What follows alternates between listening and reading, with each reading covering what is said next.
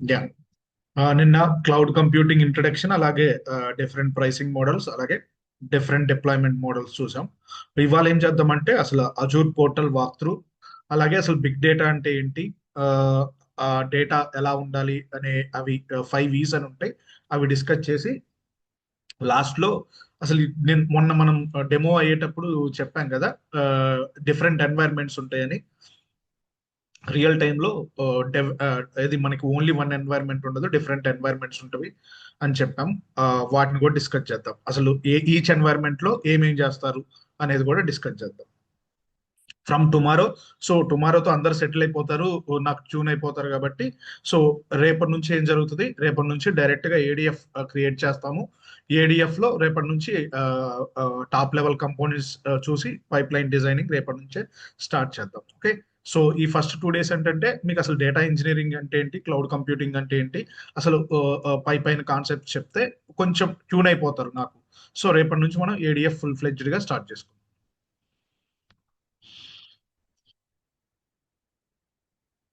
Okay. So నిన్న power పోయింది కదా చెప్పేటప్పుడు, చాలా క్లమ్జీగా ఉంది. మళ్ళీ నేను ఒకసారి అజూర్ పోర్టల్ ఎలా ఫ్రీ అకౌంట్ క్రియేట్ చేయాలనేది, ఒకవేళ మీకు తెలిసి ఉంటే నో ప్రాబ్లం, తెలియని వాళ్ళకి చూపిస్తా ఎలా క్రియేట్ చేయాలో.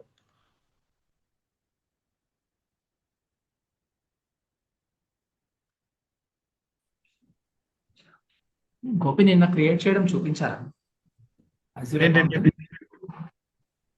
లేదు బ్రో, నేను చెప్పలేదు, ఇవాళ చెప్తా అన్నారు.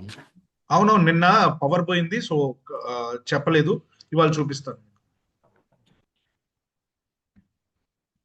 ఉమ్.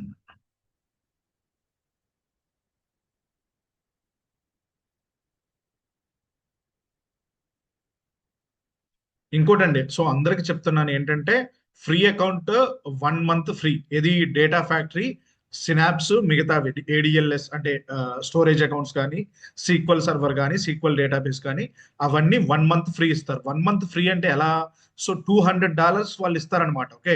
సో మైక్రోసాఫ్ట్ అజూర్ వాడు $200 ఇస్తాడు.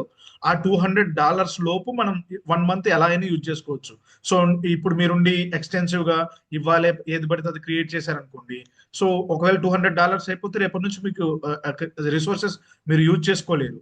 అందుకే ఫ్రీ ఉంది కదా అని ఎలా పడితే అలా వాడకుండా మీకు ఏం కావాలో, ఎంతవరకు ప్రాక్టీస్ చేయాలో అలా చూసుకుంటా ఉండండి. పక్కన మీకు ఉంటది ఏంటి, ఎంత బిల్లింగ్ అయిపోయింది, ఇంకా ఎన్ని డాలర్స్ మిగిలి ఉన్నాయి, అవన్నీ కాస్ట్ అనాలిసిస్ లోకి వెళ్తే చూడొచ్చు. నేను చూపిస్తాను మీకు అది. అండ్ డేటా ఫ్యాక్ట్ ఒక్క డేటా బ్రిక్స్ వచ్చేసి ఏంటంటే 15 days ఫ్రీ అన్నమాట. ఓకే. డేటా ఫ్యాక్టరీ మిగతా అన్ని అజూర్ సర్వీసెస్ వచ్చి 1 month ఫ్రీ అయితే, ఓన్లీ అజూర్ డేటా బ్రిక్స్ వచ్చేసి 15 days ఫ్రీ ఉంటుంది. అందుకే నేను ఏం చెప్తానంటే మీకు ఫస్ట్ ఏడిఎఫ్ఐఎఫ్ అయిపోయే వరకు రేపు క్రియేట్ చేసుకోండి అందరూ. ఇవాళ నేను చూపిస్తున్నాను కదా, రేపు క్లాస్కి వచ్చే సెషన్కి వచ్చే ముందు అజూర్ ఫ్రీ అకౌంట్ క్రియేట్ చేసి ఉంచుకోండి. సో నెక్స్ట్ 1 month మనం ఎలాగో ఏడిఎఫ్ చెప్తాం కాబట్టి మీరు ప్రాక్టీస్ చేసుకోవచ్చు, సరిపోతుంది మీకు ఆ $200.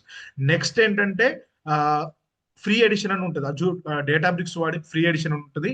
ఆ ఫ్రీ ఎడిషన్ లో మీరు క్రియేట్ చేసుకోవచ్చు. సో మనకి నెక్స్ట్ ఒక 2-3 weeks వరకు ఫ్రీ ఎడిషన్ సరిపోతుంది. అప్పుడు అజూర్ డేటా బ్రిక్స్ ని మనం మిగతా అజూర్ సర్వీసెస్ తో చూడాలి కదా. సో మీకు అందరికి ఒక కన్ఫ్యూజన్ ఉండొచ్చు, ఇతనేంటి ఫ్రీ ఎడిషన్ అంటుండు, అజూర్ డేటా బ్రిక్స్ అంటుండని. So Databricks is separate organisation అనమాట. ఓకే.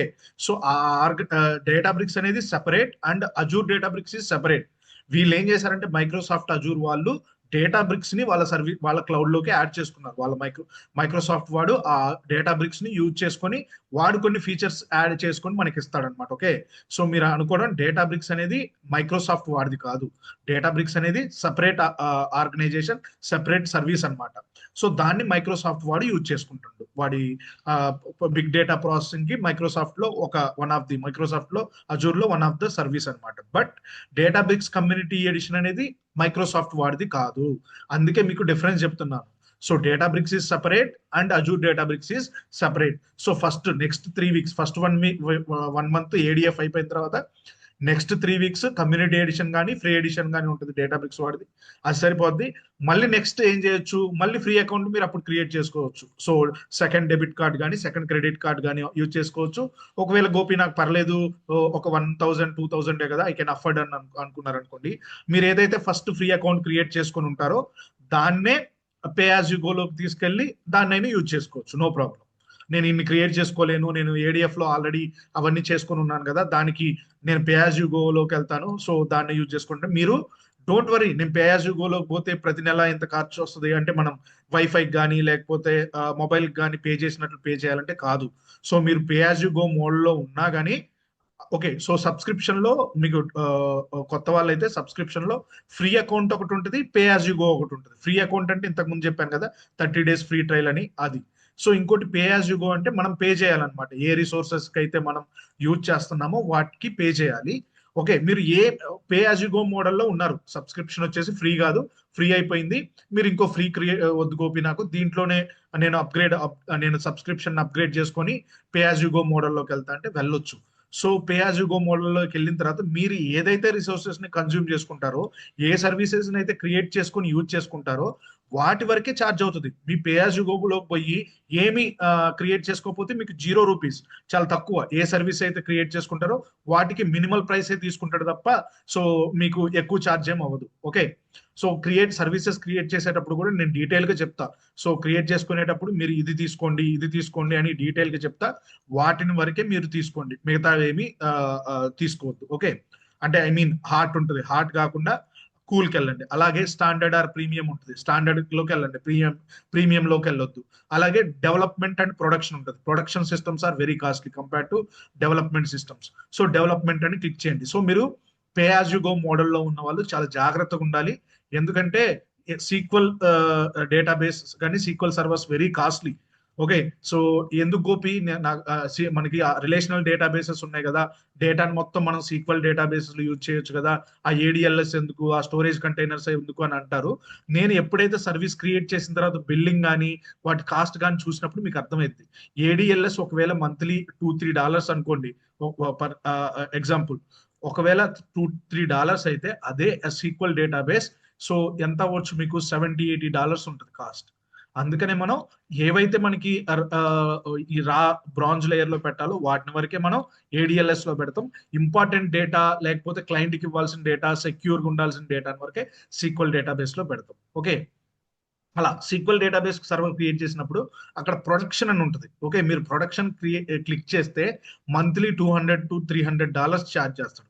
జస్ట్ మీరు క్రియేట్ చేసినా కానీ $20-30 కట్ అయిపోద్ది. అందుకనే చాలా జాగ్రత్తగా ఉండాలి. సో నేను చూపిస్తాను మీకు, అవి కొంచెం మైండ్ లో పెట్టుకుని ఎప్పుడైతే రిసోర్స్ క్రియేట్ చేసుకుంటున్నారో కేర్ఫుల్ గా ఉండండి. ఓకే, సో ఏమైనా డౌట్స్ ఉన్నా మీరు పింగ్ చేయొచ్చు నాకు.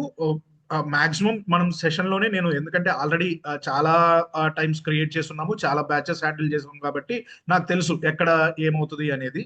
ఓకే, క్లస్టర్ క్రియేట్ చేసినప్పుడు కూడా ఫ్రీ కమ్యూనిటీ ఎడిషన్ లో అన్ని మీరు ఏం చేస్తారు, అక్కడ వాడు 15 GB ఇస్తాడు. సో ఫ్రీగా మీరు 15 కాకుండా 30 క్లిక్ చేశారనుకోండి అవ్వదు. సో అటువంటివి నేను గైడ్ చేస్తుంటాను, సో ఫాలో అవ్వండి. నెక్స్ట్ ఇలా ఫ్రీ అజూర్ అకౌంట్ అని మీరు గూగుల్లో కానీ ఏదో ఒక బ్రౌజర్ లో ఓపెన్ చేస్తే ఇక్కడ ట్రై అజూర్ ఫ్రీ అని ఉంటుంది. అలాగే పే యాజ్ యు గో ఉంటుంది. So pay as you go click చేయొద్దు. Pay as you go click చేస్తే ఏమైంది, సో మనం సర్వీసెస్ ఏదైతే వాడతామో వాటికి మనం పే చేయాల్సి వస్తుంది. Okay, so try Azure for free అని ఉంటుంది. ఓకే, ఇది క్లిక్ చేయండి. మీరు ఏదైనా ఈమెయిల్, అవుట్లుక్ అనే కాదు, ఈమెయిల్ ఏ జీమెయిల్ కానీ యాహూ కానీ ఏదైనా ఇచ్చుకోవచ్చు. ఓకే, ఫోన్ నెంబర్ కూడా ఇవ్వచ్చు.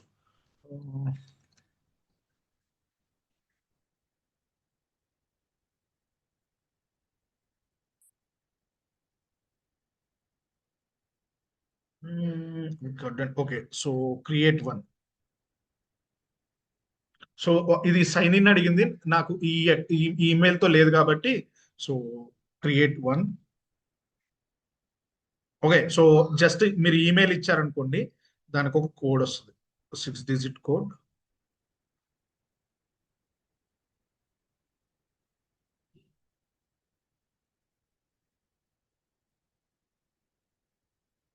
Eight three 191.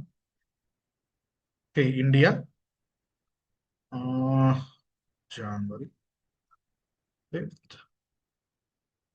ఓకే,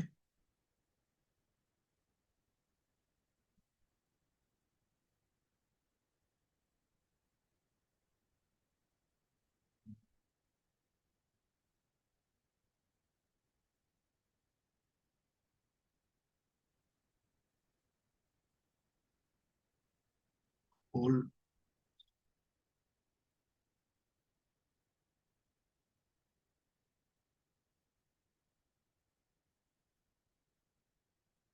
జస్ట్ ఆ ప్రెస్ అండ్ హోల్డ్ ఉంది కదా, ఆ బటన్ మీద మన రైట్ క్లిక్ ఇచ్చి అలా పట్టుకుని ఉండండి, అదే అయిపోద్ది.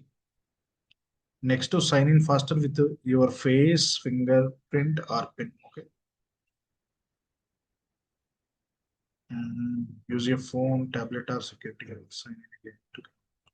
Sign in again. Okay. We couldn't create a passkey. Okay.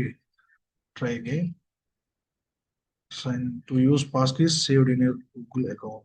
Use your phone. Okay. iPad, iPhone, iPad, and Android devices. Okay. Bluetooth is off. Turn on.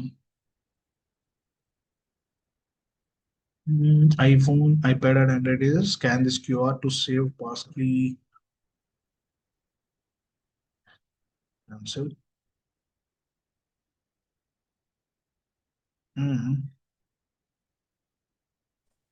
Bro అక్కడ ఫింగర్ ప్రింట్ కానీ face log కానీ అడుగుతుంది bro. అర్థమైంది. Finger print.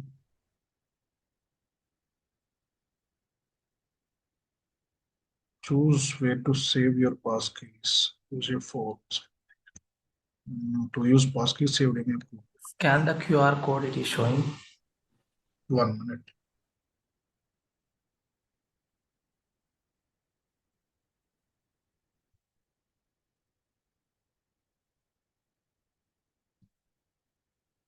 Mm,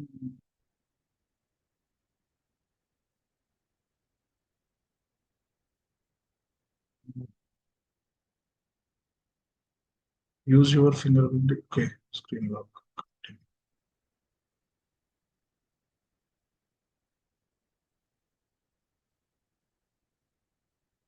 This request comes from iPhone, iPad, Android. Scan this QR code with the device that has the passkey for Google. Test this.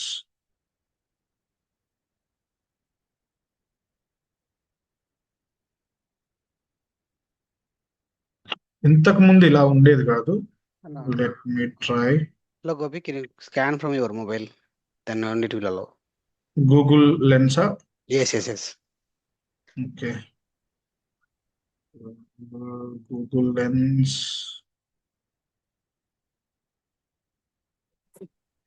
No, like if you have any authenticator app, మనం అలా చేయొచ్చు, scan చేయొచ్చు. మీద add చేసి మన code scan అవుతా add అవుతుంది. Yeah, చూస్తున్నా, ట్రై చేస్తున్నా.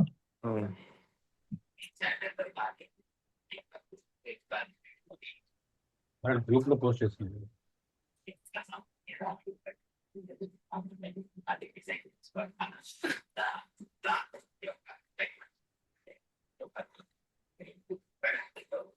యాక్చువల్లీ వాళ్ళు మైక్రోసాఫ్ట్ వాళ్ళు అప్డేట్ చేశారు ఇది, like without going in to the passwords, like they are using security keys something.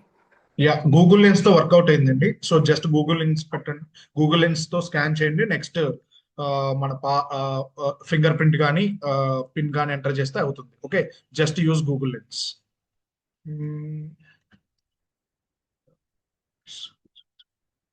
Okay,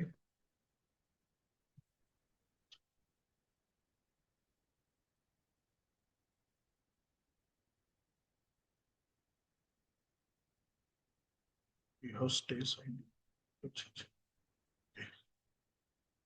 You can sign out of any device that's connected to your account by visiting.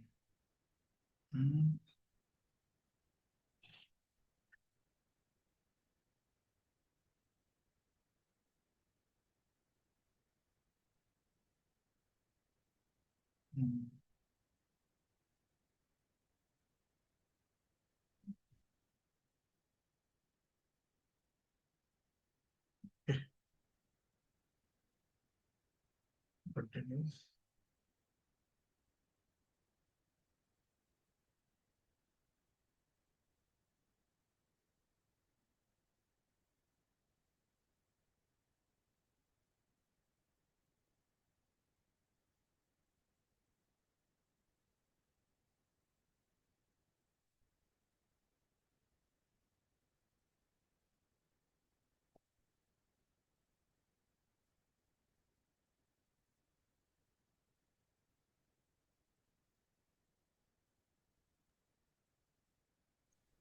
Gopi, like, don't use security key. Use your Android or something. Then you can scan from your authenticator app. అదే కదా ఇప్పుడు దాకా చేసింది మనం.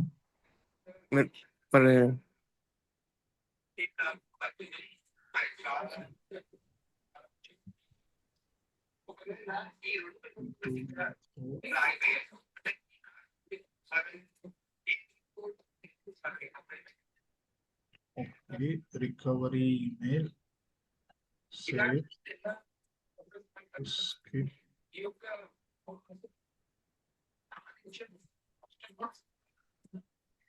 ఇప్పుడు మళ్ళీ ఇక్కడికి redirect అవుతుంది ఏంటి ఇదన్నీ చేశాక?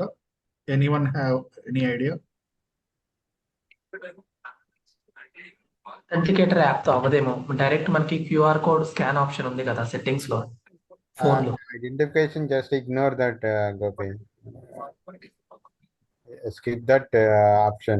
There is an option once you log in again. Okay Here, type your email. Here only. Okay.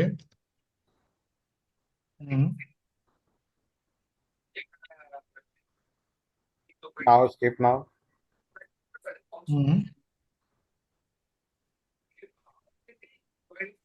Okay nice.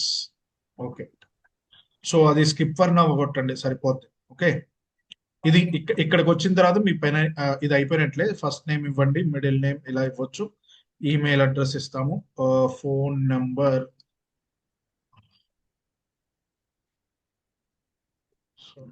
655, company name, okay, pan ID మీరు ఇచ్చినా పర్లేదు, ఇవ్వకున్నా పర్లేదు. Address line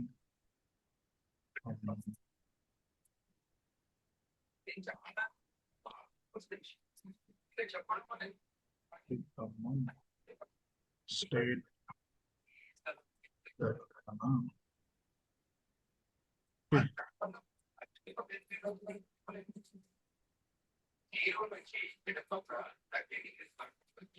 okay. సో ఇలా ఒక చిన్న పజిల్ ఉంటుంది. ఏమంటే using the arrows connect the same two icons with the dotted line as shown on the left.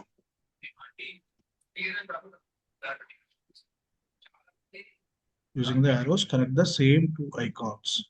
So same two icons with the dotted line as shown on the left. Okay, మనకి ఏమున్నది ఇది ఉంది.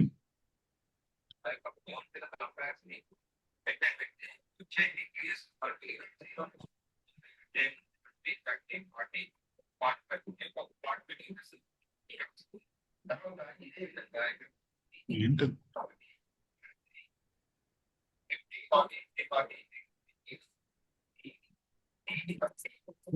connect the same two icons as shown on the left. ఇక్కడ ఏమేమి connect అయి ఉన్నాయి? This one, ఈ రెండు కాదు, ఇవి రెండు అవును. ఓకే, నెక్స్ట్ ఇవి రెండు కాదు,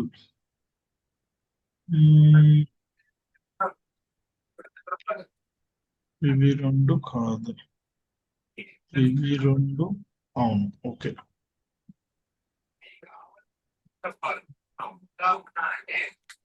ఎవరైతే మ్యూట్ చేస్తారా?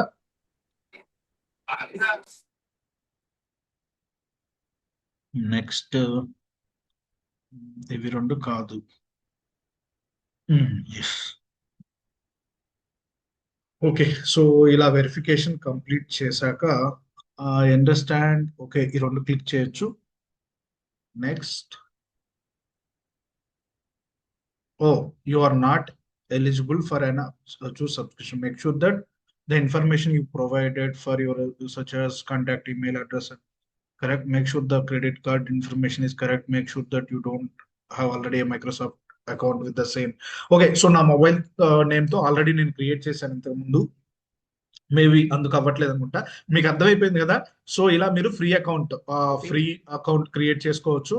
అలాగే కొత్త నెంబర్, మొబైల్ నెంబర్ కానీ ఈమెయిల్ కానీ కొత్తగా ఇచ్చుకుంటే సో న్యూ నెంబర్స్ ఇచ్చుకుని తర్వాత క్రెడిట్ కార్డ్ డీటెయిల్స్ అడుగుతుంది అక్కడ కింద. సో ఆ క్రెడిట్ కార్డ్ డీటెయిల్స్ ఇవ్వండి, ప్రాబ్లం లేదు. క్రెడిట్ కార్డ్ కానీ డెబిట్ కార్డ్ కానీ డీటెయిల్స్ ఇస్తే మీకు ఫ్రీ అకౌంట్ క్రియేట్ అయిపోద్ది. సో వాళ్ళు ₹2 ఏమో ఛార్జ్ చేస్తారు, బట్ ఆ ₹2 మనకి బ్యాక్ వచ్చేస్తాయి. సో మీరు భయపడకండి, ఇది నేను ఒకవేళ నా క్రెడిట్ కార్డ్ ఇస్తే ఏమన్నా అవుతుందేమో అని భయం ఉండొచ్చు. Gopi, just hold a minute. Let me share my screen. I am on doubt so that everyone can No, no. get So, clarity. ఇది తర్వాత అంతా అయిపోయిన తర్వాత చూద్దాం, డోంట్ వరీ, ఇది తర్వాత చూడొచ్చు. Okay. ఇలా ఫ్రీ అకౌంట్ క్రియేట్ చేసుకున్న తర్వాత సో అర్థమైంది కదా ఫ్రీ అకౌంట్ ఎలా క్రియేట్ చేసుకోవాలి. సో అక్కడ Gopi, I'm trying many times, కానీ ఇది వచ్చేసి అసలు ఏమంటారు, సేమ్ ఫోన్ నెంబర్ అనేది కరెక్ట్ కాదని చెప్తుంది, ఓటీపీస్ రావట్లేదు. అది ఏమవుతుందంటే ఒకవేళ మీ లక్ బాగుంది అనుకోండి ఫస్ట్ అటెంప్ట్ లో వస్తుంది, ఒకవేళ మీ లక్ బాగాలేదంటే 10 times అటెంప్ట్ చేసినా రాదు. So it depends. Nearly 20 to 25 times try చేసాము, అంటే different mail IDs different phone numbers కూడా ఇచ్చాను, ఓకే, కానీ వర్క్ అది అది తెలుసు, చాలా మందికి అలా అవుతుంటది. అప్పుడు ఏం చేయలేము. You can create pay as you go. ఎక్కువ ఏం ఛార్జ్ అవ్వదు మీకు, 3 months కలిపి కూడా నేను చెప్తాను ఎలా ఎక్కువ ఛార్జ్ అవ్వకుండా చూసుకోవాలనేది నేను చెప్తా ఉంటాను వాటికి. సో ఎక్కువ ఛార్జ్ అవ్వదు, పర్లేదు. ఒక మొత్తం మన కోర్స్ మొత్తం అయిపోయేలోపు ఒక 3-4 thousand కన్నా తక్కువే అవుతుంది. సో ఏం పర్లేదు, చేసుకోండి, పే యాజ్ యూ గో చేసుకోండి. ఒక మాట చూడాలి కదా యాక్చువల్ గా, అందుకని ఓకే ఓకే. ఇప్పుడు మీకు అదే నేను చెప్తాను, కొంతమందికి ఫస్ట్ టైమే క్రియేట్ అవుతుంది, కొంతమందికి 2-3 attempts తర్వాత క్రియేట్ అవుతుంది, కొంతమందికి 10 times తర్వాత అవుతుంది, మీకు అవ్వదేమో ఇంకా. సో ఓకే,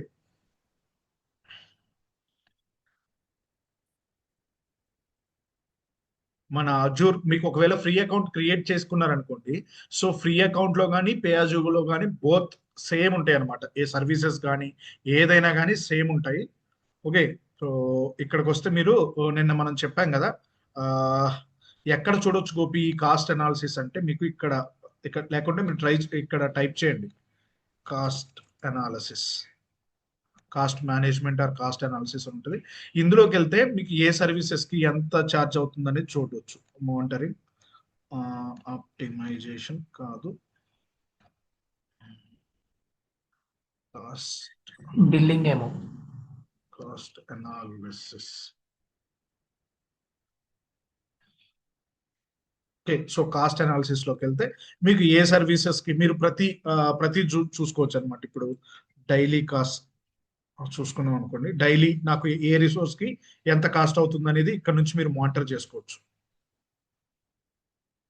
చూసారా? సో రిసోర్స్ గ్రూప్స్, మేము చాలా రిసోర్స్ గ్రూప్స్ క్రియేట్ చేశాం కాబట్టి సో ఈచ్ రిసోర్స్ గ్రూప్ కి ఎంత ఛార్జ్ అవుతుంది ఇవన్నీ ఇక్కడ నుంచి మనం మానిటర్ చేసుకోవచ్చు. చెప్పాను కదా ట్రాన్స్పరెంట్ బిల్లింగ్ అని. సో ఏ లొకేషన్ మీరు చెప్పాను, అజూర్ రీజియన్స్ చాలా ఉన్నాయి డేటా సెంటర్స్, ఏ అజూర్ రీజియన్ లో ఎంత అవుతుంది అటువంటివన్నీ ఇక్కడ నుంచి మీరు సర్వీస్ నేమ్ వైజ్ తీసుకుందాం అనుకుంటున్నారా, లేకపోతే లేకపోతే ఏంటి బై పార్ట్ అంటే ఈచ్ సర్వీస్ చూద్దాం అనుకుంటున్నారా, లేకపోతే రిసోర్స్ గ్రూప్ వైజ్ చూద్దాం అనుకుంటున్నారా, లేకపోతే ఎలా చూద్దాం అనుకుంటున్నారా అనేది కూడా మీరు ఇక్కడ సెలెక్ట్ చేసుకోవచ్చు. అలాగే లాస్ట్ 1 month చూద్దాం అనుకుంటున్నారా, లేకపోతే లాస్ట్ క్వార్టర్ దా, సో అలా మనం మొత్తం ఇక్కడ చూసుకోవచ్చు అనమాట. అలా మానిటర్ చేసుకుంటా ఉండొచ్చు. సో మనకి అర్థమైపోతుంటే ఏ రిసోర్స్ ఎక్కువ కన్జ్యూమ్ చేసుకుంటుంది, ఏ సర్వీస్ ఎక్కువ చేసుకుంటుంది, అవన్నీ ఉంటాయి. కాబట్టి మీరు దాన్ని బట్టి తర్వాత ఎందుకు అవుతుంది అనేది మీరు చూసుకొని దాన్ని బట్టి మనం ఏం చేయొచ్చు, సో కాస్ట్ ఆప్టిమైజ్ చేసుకోవచ్చు. ఓకే, ఇందులో మనకి అవసరమైనవి వచ్చేసి చెప్తాను ఏమేమి మనం నేర్చుకుంటాం అనేది. ఒకటి స్టోరేజ్ అకౌంట్స్ అనేవి చూస్తాము. అందులో బ్లాబ్, ADLS, Gen2 ఆ 2 యూజ్ చేస్తాము. అలాగే సో మనం డేటా ఇంజనీర్ వచ్చేసి పైప్ లైన్స్ క్రియేట్ చేయాలి కదా. సో డేటా ఇంజెస్ట్, రా డేటా డిఫరెంట్ డేటా స్టోర్స్ లో ఉన్న డేటాని రీడ్ చేయాలి. ఓకే, తీసుకొని రావాలి, తీసుకొచ్చి మన క్లౌడ్ లో అజూర్ క్లౌడ్ లో పెట్టాలి. అక్కడ నుంచి ఆ రా డేటాని క్లీన్ చేయాలి, ట్రాన్స్ఫార్మ్ చేయాలి కదా. సో ఆ ఇంజెస్ట్ చేయడానికి డేటా ఫ్యాక్టరీ అనేది యూజ్ చేస్తాము, రేపు క్రియేట్ చేస్తాము. నెక్స్ట్ 1 month దీని గురించి చూస్తాము. నెక్స్ట్ ఒకవేళ డేటా అనేది మీడియం ఉన్నా, లేకపోతే ఆ డేటా క్వాలిటీ అనేది ఒకవేళ ఇన్పుట్ డేటాలో ఎక్కువ మెస్సీగా లేకుండా ఉన్నా కానీ మనం డేటా ఫ్యాక్టరీతోనే ఏం చేయొచ్చు, క్లీన్ చేయొచ్చు. సో మనకి డేటా ఫ్యాక్టరీ వరకు పోకుండా డేటా ఫ్యాక్టరీతోనే చేసుకొని మన ETL పైప్ లైన్ అనేది క్రియేట్ చేసుకోవచ్చు. అలా కాదు, రా డేటా చాలా ఎక్కువ ఉంది, 10 GB 20 GB, so data million of records ఉన్నవి అండ్ చాలా మెస్సీగా ఉన్నది అండ్ స్ట్రక్చర్డ్ కాదు. ఏది సిఎస్వి ఫైలో, జేసన్ ఫైలో, నెస్టెడ్ జేసనో అలా ఉన్నాయి అనుకోండి, ఏడిఎఫ్ అంతా ఈజీగా హ్యాండిల్ చేయలేదు. అప్పుడు మనం డేటాబ్రిక్స్కి వెళ్తాం. ఓకే, సో డేటాబ్రిక్స్ అనేది చాలా ఇంపార్టెంట్ కాన్సెప్ట్. నెక్స్ట్ 5-6 వీక్స్ దాని మీద చేస్తాం కదా, సో అది. అండ్ ఇంకోటి సీక్వెల్ డేటాబేసెస్ మీద వర్క్ చేస్తాం. ఎందుకంటే మనకి డేటా వచ్చేసి క్లయింట్ నుంచి వచ్చేటప్పుడు మాక్సిమం సీక్వెల్ డేటాబేసెస్ లోనే డేటా ఉంటుంది కాబట్టి, సో ఏడిఎఫ్ నుంచి కానీ డేటాబ్రిక్స్ నుంచి కానీ సీక్వెల్ డేటాబేస్ కి ఎలా కనెక్ట్ అవ్వాలి, సో అక్కడ నుంచి డేటాని ఎలా రీడ్ అండ్ రైట్ చేయాలి, సో అనేది చూస్తాము. And next ADLS, sequel database, data factories, అలాగే డేటాబ్రిక్స్ సర్వీస్ కూడా క్రియేట్ చేసి దాని గురించి కూడా చూస్తాము. ఓకే, ఇంకా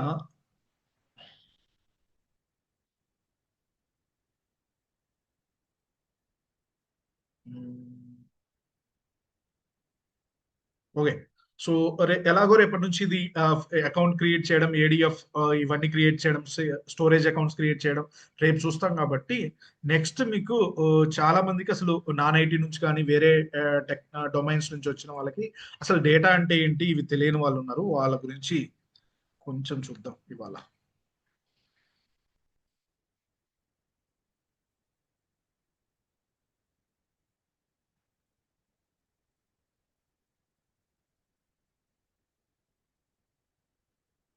సో ఎవరికైనా ఐడియా ఉందా? Data, big data. Gopi data అంటున్నారు, డేటా ఇంజనీర్ అంటున్నారు, మళ్ళీ మీరేమో బిగ్ డేటా అంటున్నారు. అసలు డేటాకి బిగ్ డేటాకి డిఫరెన్స్ ఏంటంటే, so any information in digital form అది డేటా అనమాట. నార్మల్గా టెక్స్ట్ కానీ, నెంబర్స్ కానీ, ఇమేజెస్ కానీ, వాటన్నిటిని డేటా అంటారు అనమాట. బిగ్ డేటా అంటే ఏం లేదు, so data that is too large or fast or complex for traditional tools to handle. అంటే మన సీక్వెల్ డేటాబేసెస్ కానీ, లేకపోతే ట్రీ స్ట్రక్చర్ అండ్ నియో4j కానీ, సో ఆ డేటాబేసెస్ హ్యాండిల్ చేయలేవు. And two large and two complex ఉండి, ఓకే, సో మెస్సీగా డేటా ఉండే దాన్ని బిగ్ డేటా అంటారు అనమాట. ఓకే, సో వీటిని ఏంటి ట్రెడిషనల్ డేటాబేస్, మన సీక్వెల్ డేటాబేస్ కానీ అటువంటివి హ్యాండిల్ చేయలేవు. వీటిని హ్యాండిల్ చేయడానికి స్పెషల్ టూల్స్ కావాలి. అవేంటంటే ఇంతకు ముందు, సో క్లౌడ్ కన్నా ముందు మనం చూసుకుంటే హడూప్ అనేది ఉండేది. ఓకే, సో హడూప్ తర్వాత ఇప్పుడు క్లౌడ్ స్పార్క్ అనేది కూడా ఏది స్పార్క్ అనే ఆ ఇంజన్ కూడా ఇంతకు ముందు ఏది ఆన్ ప్రెమిస్ లో యూజ్ చేసేవాళ్ళు. ఇప్పుడు ఈ స్పార్క్ ఇంజన్ ని మన క్లౌడ్ లోకి తీసుకొచ్చి, సో అంతా కూడా స్పార్క్, మొన్న చెప్పాను కదా అపాచీ స్పార్క్ అని. సో అపాచీ స్పార్క్ కూడా బిగ్ డేటా కంప్యూట్ ఇంజన్ అనమాట. సో ఈ స్పార్క్ అనేది కూడా ఈ బిగ్ డేటాని హ్యాండిల్ చేస్తుంది. ఈ హడూప్, హైవ్, కాఫ్కా ఇవి ఉన్నాయి కదా, సో అవన్నీ మీరు జేడీలో చూస్తుంటారు. సో డోంట్ వరీ, మీరు ప్యానిక్ అవ్వద్దు. మనం అసలు నాకు కాఫ్కా తెలియదు, హైవ్ తెలియదు, హడూప్ తెలియదు, వాటిని ముందు నేను నేర్చుకోవాలా, అవి నేర్చుకున్న తర్వాత అజూర్ డేటా బ్రిక్స్ రావాలా, ఈ స్పార్క్, డేటా బ్రిక్స్ మిగతావి నేర్చుకోవాలా. ఇవి లేకపోతే ప్రతి జేడీలో మీరు కంపల్సరీగా హైవ్, హడూప్, కాఫ్కా అని చూస్తారు. ఎందుకంటే అవి కంపెనీస్ అన్ని ఆన్ ప్రెమిస్ నుంచి క్లౌడ్ కు మూవ్ అవుతున్నాయి కదా. సో ఆన్ ప్రెమిస్ లో వాళ్ళు బిగ్ డేటాని ఎలా ప్రాసెస్ చేసేవాళ్ళు, ఎలా హ్యాండిల్ చేసేవాళ్ళు అంటే ఈ టూల్స్ ఉండేవి కదా వాళ్ళకి. చెప్తా ఏవి, సో ఇవి ఉండేవి కదా, వీటిని యూజ్ చేసేవాళ్ళు. అందుకే వాళ్ళు మైగ్రేషన్ ప్రాజెక్ట్స్ కానీ అటువంటి కొన్ని ఉంటాయి. సో అప్పుడు ఏం చేయాలంటే ఈ హైవ్, హడూప్, కాఫ్కాతో మన ఏంటవి మన క్లౌడ్ టూల్స్ ఉంటాయి కదా, క్లౌడ్ టూల్స్ ని ఇంటిగ్రేట్ చేసి మైగ్రేట్ చేయాలి డేటా. అందుకు వీటి మీద బేసిక్ నాలెడ్జ్ కావాలని అంటారు. బట్ డోంట్ వరీ, ఒకవేళ మీకు ఇవి తెలియకపోతే తెలియదని చెప్పొచ్చు ఇంటర్వ్యూలో కూడా. సో నేను వాటి మీద వర్క్ చేయలేదు, లాస్ట్ 3 to 5 years నుంచి నేను క్లౌడ్ టూల్స్ ని యూజ్ చేస్తున్నాను. So I have strong knowledge on Spark, Databricks అని అట్లా చెప్పొచ్చు. సినాప్స్, ఫ్యాబ్రిక్, వీటిని చెప్పొచ్చు. ఇవి మీరు జేడీలో చూస్తారు. జేడీలో చూసినంత మాత్రాన మీరు వర్రీ అవ్వద్దు. ఒకవేళ వాళ్ళు అడిగినా కూడా డైరెక్ట్ గా, సో నేను లాస్ట్ 3 to 5 years నుంచి చేస్తున్నాను, నాకు ఈ ఆన్ ప్రెమిస్ టూల్స్ తెలియవు అని చెప్పొచ్చు. డోంట్ వరీ, సో ప్రాబ్లం లేదు. ఇంటర్వ్యూస్ కూడా మాక్సిమం వీటి గురించి ఏమీ అడగరు. ఓకే, మీకు చెప్తాను ఈ హడూప్ కి, సో స్పార్క్ కి డిఫరెన్స్ ఏంటంటే, ఈ హడూప్ ఇవి ఉన్నాయి కదా, సో ఇవేం యూజ్ చేసేవంటే మ్యాప్ రెడ్యూస్ అనేది యూజ్ చేసేవి. ఓకే, సో వాళ్ళ డేటా ప్రాసెసింగ్ లో మ్యాప్ రెడ్యూస్ అనేది యూజ్ చేసేవి. వెరాజ్ స్పార్క్ ఏంటంటే ఇన్ మెమరీ కంప్యూటింగ్ అనమాట. సో మ్యాప్ రెడ్యూస్ అంటే ఏంటంటే, మనం ఒక ఫస్ట్ ఇన్పుట్ డేటా ఉంటుంది. ఇన్పుట్ డేటా తర్వాత కొంచెం ట్రాన్స్ఫార్మ్ చేస్తాం కదా, ఆ ట్రాన్స్ఫార్మ్ డేటాని ఏం చేసేవి, ఇవి మళ్ళీ డిస్క్లోకి రైట్ చేసేవి, మళ్ళీ వేరే map function. Okay, so mapper and reducer అని 2 ఫేజెస్ ఉండేవి అనమాట ఇందులో. మ్యాప్ రెడ్యూసర్ లో ఇంతకు ముందు in memory computing, so Spark రాకముందు mapper function and reducer function ఉండేది.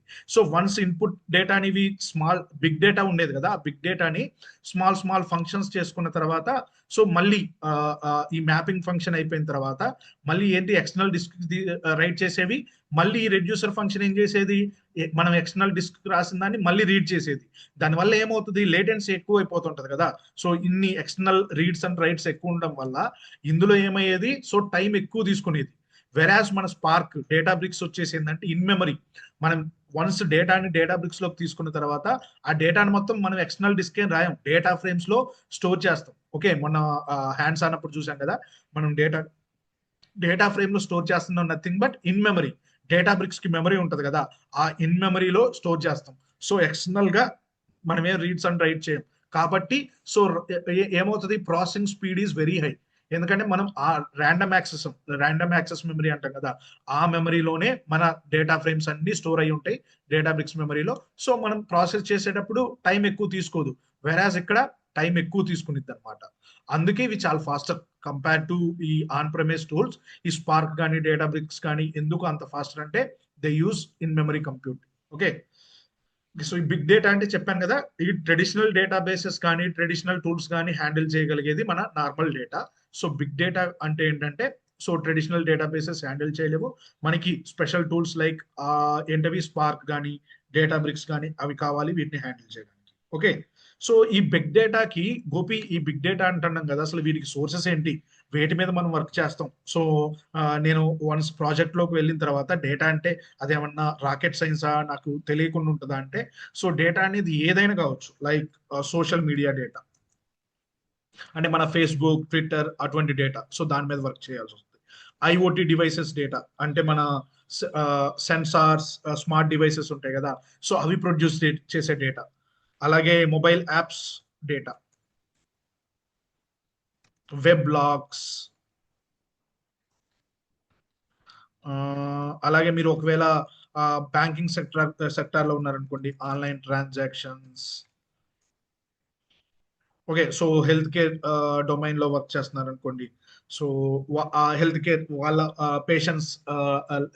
పేషెంట్స్ రిపోర్ట్స్, పేషెంట్స్ డయాగ్నోసిస్ చేసిన తర్వాత, ఇప్పుడు ఒక మెడిసిన్ క్రియేట్ చేయాలన్నా ఏదైనా చేయాలన్నా కానీ, సో ఏం చేస్తారు, ముందు ఎక్స్పెరిమెంట్స్ అన్ని చేస్తారు కదా, ఆ డేటాను మొత్తం, సో ఫస్ట్ డే ఇంత డోసెస్ ఇస్తే ఈ డోసెస్ కి ఎలా బాడీ రియాక్ట్ అవుతుంది, అలా డేటా మొత్తాన్ని తీసుకొని, సో ఓవర్ ద పీరియడ్ తీసుకొని, అలాగే నెంబర్ ఆఫ్ వీళ్ళు ఉంటారు కదా పేషెంట్స్ తీసుకొని, వాటికి ఆల్గారిథమ్స్ కానీ ప్రిడిక్షన్ మోడల్స్ కానీ తీసుకొచ్చేస్తారు. సో ఆ డేటా, సో ఇటువంటి డేటా మీద మనం వర్క్ చేయాల్సి ఉంటుంది. ఓకే, సో ఈ డోంట్ వరీ, ఆ ప్రిడిక్షన్స్ కానీ ఆల్గారిథమ్స్ కానీ అవన్నీ ఎవరు చూసుకుంటారంటే, డేటా సైంటిస్ట్ ఉంటాడు కదా, అతను డేటా సైంటిస్ట్ అంటే అతను ఇది మన ఎనాలిసిస్ మీద ఎక్కువ వర్క్ చేస్తుంటాడు అనమాట, దేని మీద, సో మోడల్స్ కానీ ఆల్గారిథమ్స్ కానీ అవి రన్ చేసి ఆ ఫ్యూచర్ ట్రెండ్ కానీ లేకపోతే ఇన్సైట్స్ కానీ బ్రింగ్ చేయడం అవి చేస్తుంటాడు డేటా సైంటిస్ట్. ఓకే, సో ఇలా ఉంటది, ఇటువంటి ఈ డేటా అని మనం మీద వర్క్ చేయాల్సి ఉంటుంది. ఓకే, నెక్స్ట్ వచ్చేసి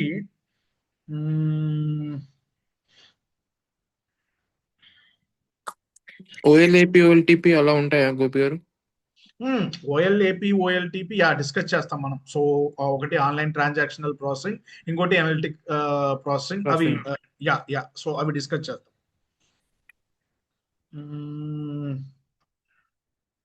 so key characteristics of data అని చూద్దాం. సో 5 V's అని ఉంటాయి. ఒకటి వచ్చేసి 5 V's అంటారు అనమాట, క్యారెక్టరిస్టిక్స్ ఆఫ్ డేటా అంటే 5 V's. ఒకటి వచ్చేసి ఫస్ట్ ది వాల్యూమ్ అంటే size, so the size of data volume. Next వచ్చేసి వెలాసిటీ అంటే the speed of data, so at what rates data is flowing అనేది. అలాగే వెరైటీ అంటే the types and formats of data, అంటే text ఫార్మాటా, ఇమేజెసా, లేకపోతే వీడియోసా, so what is the type, the data type and its format. అలాగే వెరాసిటీ అంటే ట్రస్ట్ వర్తినెస్ ఆఫ్ డేటా, అంటే ఆ data quality, accuracy and reliability of data గురించి మాట్లాడేటప్పుడు ఈ క్యారెక్టర్ గురించి మాట్లాడదాం. అండ్ లాస్ట్ వచ్చేసి వాల్యూ అంటే so the business impact of data. Okay, so ఈ డేటా వల్ల మన బిజినెస్ ఎలా ఇంపాక్ట్ అవుతుంది, సో ఇది మన బిజినెస్ గ్రోత్ కి ఎంత వాల్యూ యాడ్ చేస్తుంది అనేవి. సో ఈ 5 V's అనేవి చాలా ఇంపార్టెంట్. సో డేటా, బిగ్ డేటాని ఎలా మెజర్ చేస్తారు, సో దాని క్యారెక్టరిస్టిక్స్ ఏంటి, and challenges of big data ఏంటంటే ఈ 5 చూస్తాం అనమాట. ఓకే, సో ఈ వాల్యూమ్ అంటే ఏంటంటే చెప్పాను కదా, size, the size of data. So it refers to what this volume అంటే ఏంటంటే, సో డేటా ఎంత ఎక్కువ ఉంది, so the data being generated, stored and processed. So అది వాల్యూమ్ ఆఫ్ డేటా అంటే ఎంత జనరేట్ చేసింది అండ్ ఎంత స్టోర్ చేసుకున్నాము.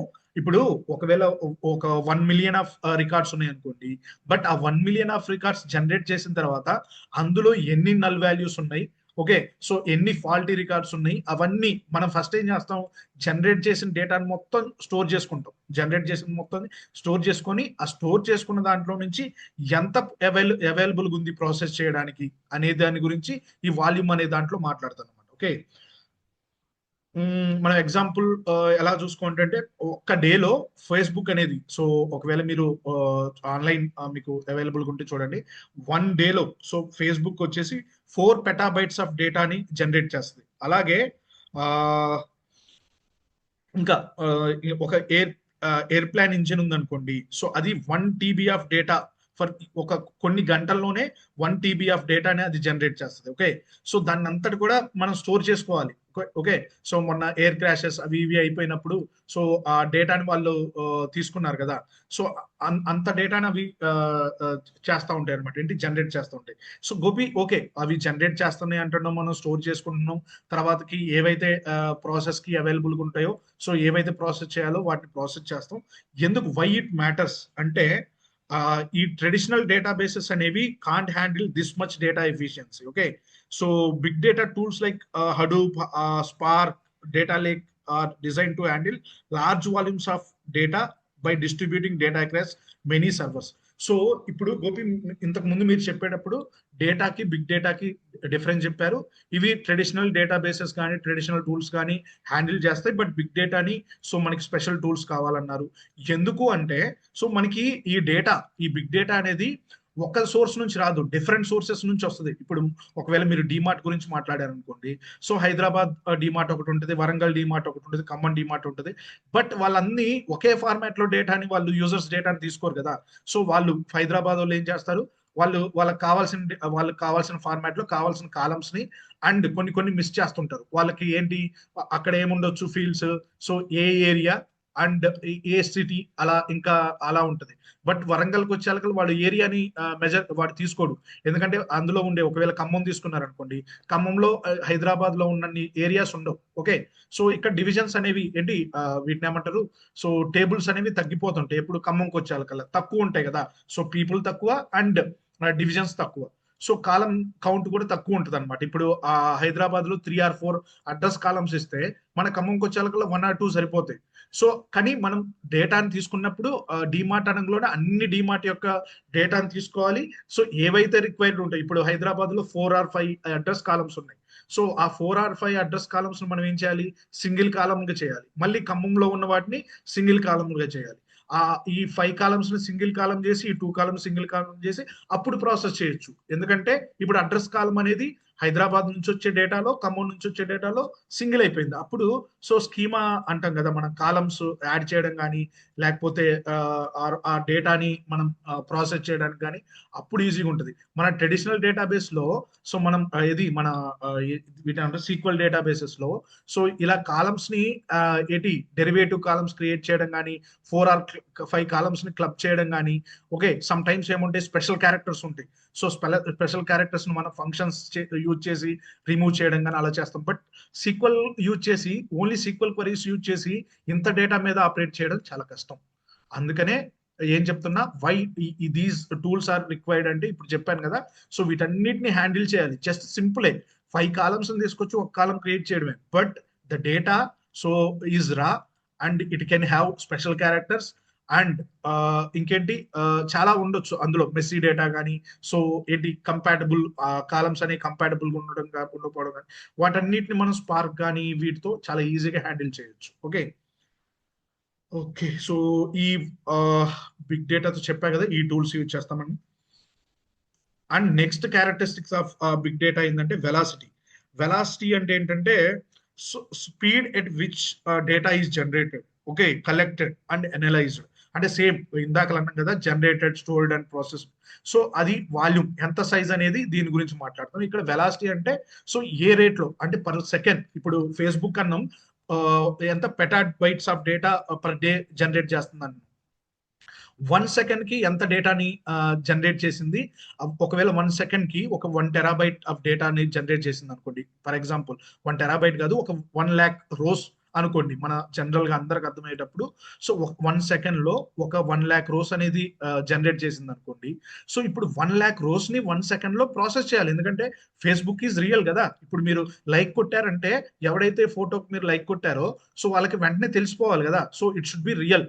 సో అంత ఫాస్ట్ గా జనరేట్ అయ్యే డేటాని 1 సెకండ్ కి మనం ఆలోచిస్తే ఫేస్బుక్ మీద అందరం వరల్డ్ వైడ్ అందరం వర్క్ చేస్తుంటాం కదా. సో ఒక కమెంట్, నేను ఒక్కరిని కమెంట్ పెట్టాను కదా ఒకే సెకండ్ లో ఎన్నో కోట్ల మంది పెడుతుంటారు. వాళ్ళు పెట్టిన కమెంట్ ప్రతిదీ రియల్ టైమ్ లో అక్కడ కావాలి. సో అంత ఫాస్ట్ గా డేటా జనరేట్ అవుతుంటుంది. ఓకే, అండ్ అంత ఫాస్ట్ గా మనం రియల్ టైమ్ లో మనం ఇచ్చేయాలి. సో దానికి ఇది మన బిగ్ నార్మల్ ట్రెడిషనల్ టూల్స్ అనేవి పనికిరావు. సో ఇవన్నీ మనకి ఏవి స్పెషల్ టూల్స్ లైక్ ఇవి చెప్పాను కదా. స్పార్క్ అనేది ఒక ఏడిఎఫ్ లాంటివి తీసుకుంటే ఒక గంటలో చేసే వర్క్ ని స్పార్క్ అనేది మిల్లీ సెకండ్స్ లో చేయగలదు అనమాట. చూపిస్తాం మీకు. సో ఏడిఎఫ్ మనం డిస్కస్ చేసినప్పుడు చూస్తాం. Okay, so at what rate అంటే మనం ఇప్పుడు ఫేస్బుక్ అనుకోండి, దానికి రిసోర్సెస్ కానీ అంటే సైజ్ కానీ, లేకపోతే మనకి కావాల్సిన డ్రైవర్ కానీ, లేకపోతే వర్కర్ నోట్స్ కానీ ఆ విధంగా సెలెక్ట్ చేసుకుంటాం. ఇంకోటి ఉంది హెల్త్ కేర్ డొమైన్, లేకపోతే వేరే ప్రాజెక్ట్స్ ఉన్నాయి వాటికి ఎలా. సో ఎవ్రీడే ఒకవేళ ఒక హాస్పిటల్ తీసుకున్నారనుకోండి, ఒక హాస్పిటల్ కి ఒక డేటా ఇంజనీర్ వర్క్ కావాలి. సో వాళ్ళకి ఎంత డేటా జనరేట్ అవుతుంది, ఎంతమంది పేషెంట్స్ వస్తున్నారు, సో ఆ డేటాబేస్ మెయింటైన్ చేయమన్నారు అనుకోండి. అప్పుడు ఈ టూల్స్ అవసరం లేదు, సీక్వెల్ డేటాబేస్ సరిపోద్ది. ఎందుకంటే వాళ్ళకి వచ్చే డేటా చాలా తక్కువ. దాన్ని ఈజీగా 1 day లో వాళ్ళకి 100 or 200 రోస్ వస్తాయి. And per second per hour ఒక 2 or 3 రికార్డ్స్ వస్తున్నాయి అనుకోండి. దాన్ని అనలైజ్ చేయడానికి మనం ఈ టూల్స్ యూజ్ చేసుకోవాలి. Wastage of resources. Okay, so velocity అంటే అర్థమైంది కదా. So refers to the speed at which data is generated, collected and analysed. Okay yeah and variety. So variety గురించి మాట్లాడితే చెప్పాను కదా, it refers to the format and type. Format and ఇది ఎలా చెప్పాలి, స్పీడ్. వెలాసిటీ అంటే రేట్, స్పీడ్ గురించి మాట్లాడుతుంది. ఈ వెరైటీ అంటే data type and format. So it defines it refers to the variety అంటే it refers to the different forms of data. Different forms of data అంటే స్ట్రక్చర్డ్ డేటానా, సెమీ స్ట్రక్చర్డ్ డేటానా, unstructured డేటానా. ఇప్పుడు ఇమేజెస్ తీసుకున్నారనుకోండి, జస్ట్ మనం image చూడంలోనే so background లో దాన్ని బైనరీస్ లో డేటా రిప్రజెంట్ చేసి ఉంటుంది. బట్ జస్ట్ ఇమేజ్ చూడంలోనే మనకి అది ఏ ఫార్మాట్ తెలియదు కదా, అంటే ఆ డేటా అనేది ఎలా ఉంటుందో తెలియదు. సో దాన్ని ఆ వీడియో కూడా అంతే. వీడియోలో సో ఆ డేటా అనేది బ్యాక్గ్రౌండ్ లో బైనరీస్ లో రిప్రజెంట్ ఉంటారు, కానీ మనకి ఆ డేటాని మనం మన టెక్స్ట్ ఫార్మాట్ కానీ, లేకపోతే స్ప్రెడ్ షీట్స్ కానీ, లేకపోతే టేబుల్స్ తో మనం ఆ డేటాని రిప్రజెంట్ చేయలేము, చూడలేము. స్పెషల్ టూల్స్ కావాలి, ఇమేజెస్ కానీ, లాగ్స్ కానీ, లేకపోతే పార్కే ఫైల్స్ కానీ, లేకపోతే వీడియోస్ కానీ, వాటి డేటా అనలైజ్ చేయడానికి స్పెషల్ టూల్స్ కావాలి. ఓకే, సో వాటిని ఏమంటారంటే అన్స్ట్రక్చర్డ్ డేటా అంటారు అనమాట. ఇప్పుడు సిఎస్వి ఫైల్ మనం చూసాం కదా, సిఎస్వి ఫైల్ అంటే టెక్స్ట్ ఫార్మాట్ లో ఉంటుంది అండ్ కామా సెపరేటెడ్ వాల్యూస్ ఉంటాయి. వాటిని సెమీ స్ట్రక్చర్డ్ ఫైల్స్ అంటారు అనమాట. స్ట్రక్చర్డ్ అంటే ఇప్పుడు ఇది సో మన గూగుల్ స్ప్రెడ్ షీట్ కానీ, లేకపోతే ఇంకేంటి మన టేబుల్స్, రిలేషనల్ డేటాబేసెస్ ఉంటాయి కదా, అవన్నీ కూడా స్ట్రక్చర్డ్ డేటా, స్ట్రక్చర్డ్ ఫార్మాట్స్ అనమాట. Okay, so data can be any type. So big డేటాలో డేటా ఇంజనీర్ వచ్చి నాకు స్ట్రక్చర్డ్ డేటానే కావాలి, స్ట్రక్చర్డ్ డేటా నేను ప్రాసెస్ చేస్తాను, మిగతా ఫైల్స్ వస్తే నేను చేయలేను అంటే సరిపోదు కదా. సో అతను ఏమంటాడు, బిజినెస్ ఎవరైతే మనకి రిక్రూట్ చేసుకుంటాడో అలా ఎలా మనకు వచ్చే డేటా ఎలా అయినా ఉండొచ్చు. సో మనం ఈ ఇప్పుడు ఓన్లీ స్ట్రక్చర్ డేటా వచ్చింది అనుకోండి, సో ఈ రిలేషనల్ డేటా ఈ ట్రెడిషనల్ టూల్స్ అనేవి ఓకే, బట్ మనకి వచ్చే డేటా టైప్ మనకి తెలియదు అండ్ ఫార్మాట్ కూడా తెలియదు.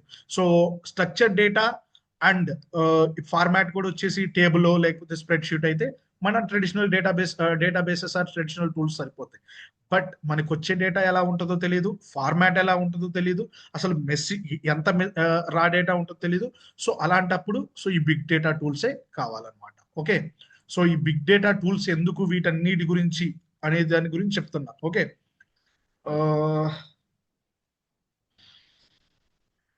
నెక్స్ట్ వెరాసిటీ అంటే ఎలా చెప్పొచ్చు,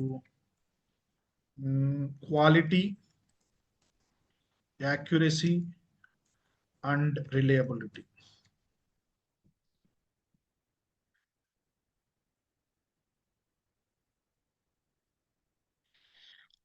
ఓకే, సో ఇప్పుడు నేను ఉన్నాను అనుకోండి, సో నాకు ఏమంటాం మనం, సో నాకు వచ్చే డేటా చాలా యాక్యురసీ ఉండాలి అండ్ రిలయబుల్ డేటా కావాలి. సో నా యూజర్స్ అందరూ దాన్ని నేను సెండ్ చేసే డేటాని నమ్మాలి అంటే ఆ డేటాని నేను ప్రాసెస్ చేస్తానంటే అవ్వదు కదా. ఇప్పుడు సోషల్ మీడియాలో ఉందనుకోండి, social media data might have many noise కదా, హ్యావ్ నాయిస్, ఫేక్ న్యూస్, ఆ ఇర్రెలివెంట్ కంటెంట్. సో ఇప్పుడు చూస్తున్న సోషల్ మీడియాలో ఉన్న డేటా మొత్తం ఫాల్స్ డేటానే ఉన్నది అండ్ ఫేక్ న్యూసే. ఓకే, అండ్ సెన్సార్ డేటా ఉందనుకోండి, ఆ సెన్సార్ డేటా కూడా have many errors due to device malfunctioning. Okay, so ఎందుకు మ్యాటర్స్ అంటే, so poor quality data leads to poor decisions, right. So మనం డేటా ఇంజనీరింగ్ వర్క్ చేస్తున్నప్పుడు, so data engineer reliable data clean చేసిన తర్వాత data scientist అనేవాడు ఏం చేస్తాడు, so ఇందాక చెప్పాను కదా ఫేక్ న్యూస్, వాడు కొన్ని అల్గారిథమ్స్ చేసి ఇవి ఎంతవరకు కరెక్ట్, సో ఈ వెబ్సైట్ అనేవాడు ఇంతకు ముందు చేసిన కంటెంట్ కానీ ఏదన్నా, సో వాడిని ఎంతవరకు నమ్ముతున్నాం అనేదాన్ని. ఇప్పుడు ఒకవేళ ఈనాడు ఉందనుకోండి, ఈనాడు పేపర్ చేసే కంటెంట్ ఎంతవరకు కరెక్ట్, అలాగే సాక్షి ఉందనుకోండి, అలా వాడు మోడల్స్ పెట్టుకుని ఉంటాడు అనమాట. అప్పుడు మనకి ప్రెడిక్షన్ కానీ ట్రెండింగ్ ఇది కానీ ఇస్తాడు. ఓకే, ఈ కంటెంట్ ఇక్కడ నుంచి వచ్చింది, సో ఇంతవరకే నమ్మాలి అనేది డేటా సైంటిస్ట్ వర్క్ అనమాట. Okay, so poor quality leads to poor decisions. Okay, so data cleaning, validation and governance are critical for building trust in analytics. Okay, so మనం దీంట్లో ఈ వెరాసిటీ అంటే క్వాలిటీ, యాక్యురసీ అండ్ రిలయబిలిటీలో, so ఈ quality and accuracy మీద data engineer work చేస్తాడు. But ఇది ఫేకా రియలా అనే దాని మీద సో డేటా సైంటిస్ట్ అనేవాడు వర్క్ చేస్తాడు. మనం ఏం చేస్తామంటే వచ్చిన డేటా ఎంత యాక్యురేట్ గా పంపించాలి, సో అందులో ఎంత క్వాలిటీ, సో కొన్ని ఏంటంటే డేటా ఉంటది, బట్ ఇప్పుడు ఎవడో ఒకడు చేస్తాడు ఎనానమస్ గా. ఓకే, నేమ్ ఇవ్వడు వాడు, ఏదో fake news, some adult content something ఏదో పెడతాడు, సో వాడు నేమ్ కానీ మిగతా ఏమి ఇవ్వడు. సో మనం డేటా ఇంజనీర్ ఏం చేస్తాడు, నేమ్ ఉందా, లేకపోతే ఆ యూజర్ నేమ్ ఏంటి, యూజర్ యొక్క ఐపీ ఏంటి, అటువంటివి కొన్ని ఉంటాయి కదా, వాటిని చూసి సో నేమ్ లేదంటే ఎస్ ఇది కరెక్ట్ డేటా కాదు అని తీసేయడం. అలా మనం క్వాలిటీ అండ్ యాక్యురసీ వరకు మనం ఈ బిగ్ డేటా టూల్స్ యూజ్ చేసి చేస్తాం. బట్ రిలయబిలిటీ అనే దాని మీద సో డేటా సైంటిస్ట్ దగ్గర అల్గారిథమ్స్ ఉన్నాయి కదా, చెప్పాను కదా, వాడు స్టాటిస్టికల్ మోడల్స్ అవన్నీ రన్ చేసి ఈ వెబ్సైట్ నుంచి కానీ, లేకపోతే ఈ కంపెనీ నుంచి కానీ, లేకపోతే ఈ ఆర్గనైజేషన్ నుంచి వచ్చిన డేటాని ఎంతవరకు నమ్మొచ్చో దీని గురించి చూసుకుంటాడు. Okay, and value. సో ఇవన్నీ అయిపోయిన తర్వాత మనం జనరేట్ చేసే డేటా సో బిజినెస్ కి ఎంత ఇంపాక్ట్ అంటే, ఇప్పుడు మనం ఏదో ఒక ఏమంటారు, సో క్యాన్సర్ కానీ మిగతా ఇవి ఉంటాయి కదా రోగాలు, సో ఆ డిసీజెస్ కి మనం ఏదో ఒక ఇచ్చేస్తున్నారు, ఒక సిప్లానో సంథింగ్, ఒక ఆర్గనైజేషన్ ఏదో ట్రై చేద్దాం అనుకుంటున్నారు, వాళ్ళకి ఇచ్చే డేటా ఏంటండి ఇది, we don't need stats, right? Yeah, statistic మనకు అవసరం లేదండి, అదే చెప్తున్నాను. సో స్టాటిస్టిక్స్ కానీ ఈ మోడల్స్ కానీ ఇవన్నీ డేటా సైంటిస్ట్ చూసుకుంటాడు. సో బట్ డేటా టీంలో మీకు చెప్పానో లేదో, డేటా టీంలో వచ్చేసి డేటా ఇంజనీర్ ఉంటాడు, వాడు ఫస్ట్ వాడు. నెక్స్ట్ డేటా ఇంజనీర్ తర్వాత డేటా అనలిస్ట్ ఉంటాడు. ఓకే, సో ఈ డేటా ఇంజనీర్ ఏం చేస్తారంటే, వీడి పని వచ్చేసి రా డేటాని డిఫరెంట్ సోర్సెస్ నుంచి కలెక్ట్ చేసిన తర్వాత దాన్ని ప్రాసెస్ చేయడం, క్లీన్ చేయడం, available, so ready for data analysis కి కావాల్సిన డేటాని మొత్తం వీడు చేస్తాడు. సో ఈ డేటా అనలిస్ట్ ఉంటాడు. సో డేటా అనలిస్ట్ ఇప్పుడు ఒకవేళ దీంట్లో డేటా టీంలో ఒక 10 మెంబర్స్ ఉన్నారనుకోండి, డేటా అనలిస్ట్ 1 or 2 గైస్ ఉంటారు. అలాగే డేటా సైంటిస్ట్ 1 or 2 గైస్ ఉంటారు. ఓకే, సో మనం పైప్ లైన్ డిజైన్ కానీ మిగతా అన్నిటిని డేటా ఇంజనీర్సే. సో ఒక డేటా టీంలో ఎక్కువ ఉండేది డేటా ఇంజనీర్స్. వీళ్ళంతా వీటి మీద data cleaning and data available for ఏంటి మేకింగ్ డెసిషన్స్ అంతవరకు మన పార్ట్ ఉంటుంది. తర్వాతకి వీళ్ళు డేటా సైంటిస్ట్ అనేవాడు ఆ స్టాటిస్టికల్ మోడల్స్ కానీ, ఏఐ మోడల్స్ కానీ, లేకపోతే మెషిన్ లెర్నింగ్ మోడల్స్ కానీ వాడు ఈ డేటా మీద రన్ చేసి, వాడు ఈ డేటాని ట్రైన్ చేసి, ఆ మోడల్స్ ని రన్ చేసి, ఆ బిజినెస్ కి కావాల్సిన ఇన్సైట్స్ కానీ, లేకపోతే ప్రెడిక్షన్స్ కానీ, రికమెండేషన్స్ కానీ వీడు చేస్తారు. మనకి అవసరం లేదు.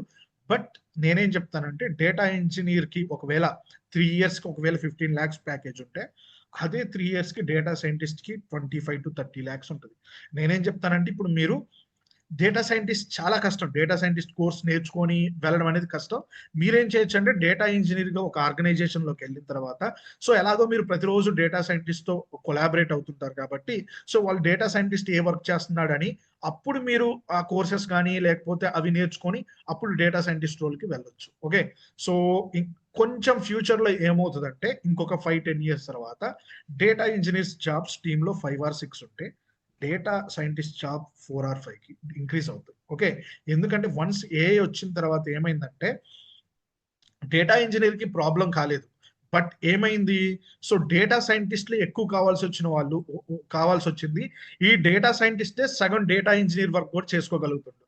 ఓకే, ఇంతకు ముందు ఏం చేసేవాళ్ళంటే ఒకవేళ డేటా అనేది అంత పూర్గా లేదు, సో అంత మెస్సీగా లేదు, అలాంటప్పుడు దాని మీద కూడా డేటా ఇంజనీరే తీసుకొని కొంచెం టైం పాస్ చేసి ఆ డేటాని మళ్ళీ డేటా సైంటిస్ట్ ఇచ్చేవాళ్ళు.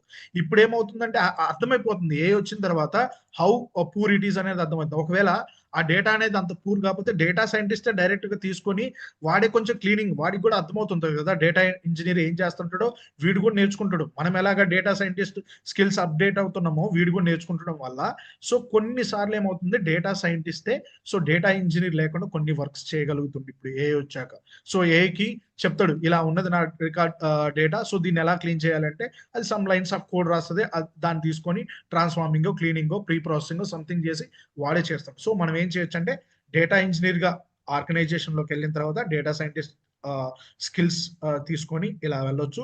సో ప్యాకేజ్ ఎక్కువ ఉంటుంది అండ్ ఫ్యూచర్ కూడా బాగుంటుంది డేటా సైంటిస్ట్.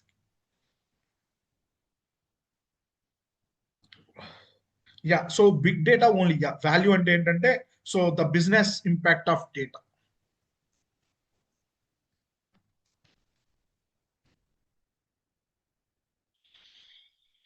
అంటే ఇప్పుడు మనం అదంతా చేసాము, ఓకే గోపి ఈ డేటాని బిగ్ డేటాని తీసుకున్నాము, అంతా చేసాము, క్లీన్ చేసాము, అంతా చేసాము, బట్ ఈ వచ్చిన డేటా అనేది వాల్యూ ఇవ్వలేదు అనుకోండి, సో మనం ఏదైతే చేస్తున్నామో ఆ బిజినెస్ గ్రోత్ కానీ దేనికైనా వాల్యూ ఇవ్వలేదు అనుకోండి, ఈ డేటా వల్ల సో ఆ ప్రెడిక్షన్ మోడల్స్ కానీ డేటా సైంటిస్ట్ తన మోడల్స్ అన్ని రన్ చేసిన తర్వాత ఈ డేటా వల్ల యూజ్ లేదనుకోండి, అది బిజినెస్ అది వేస్ట్ అన్నట్లే కదా.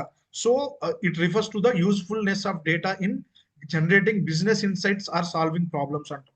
సో ఇప్పుడు మనం ఈ వాల్యూ యాడ్ చేస్తుందా లేదా బిగ్ డేటా అనేది కూడా important. Okay, yeah,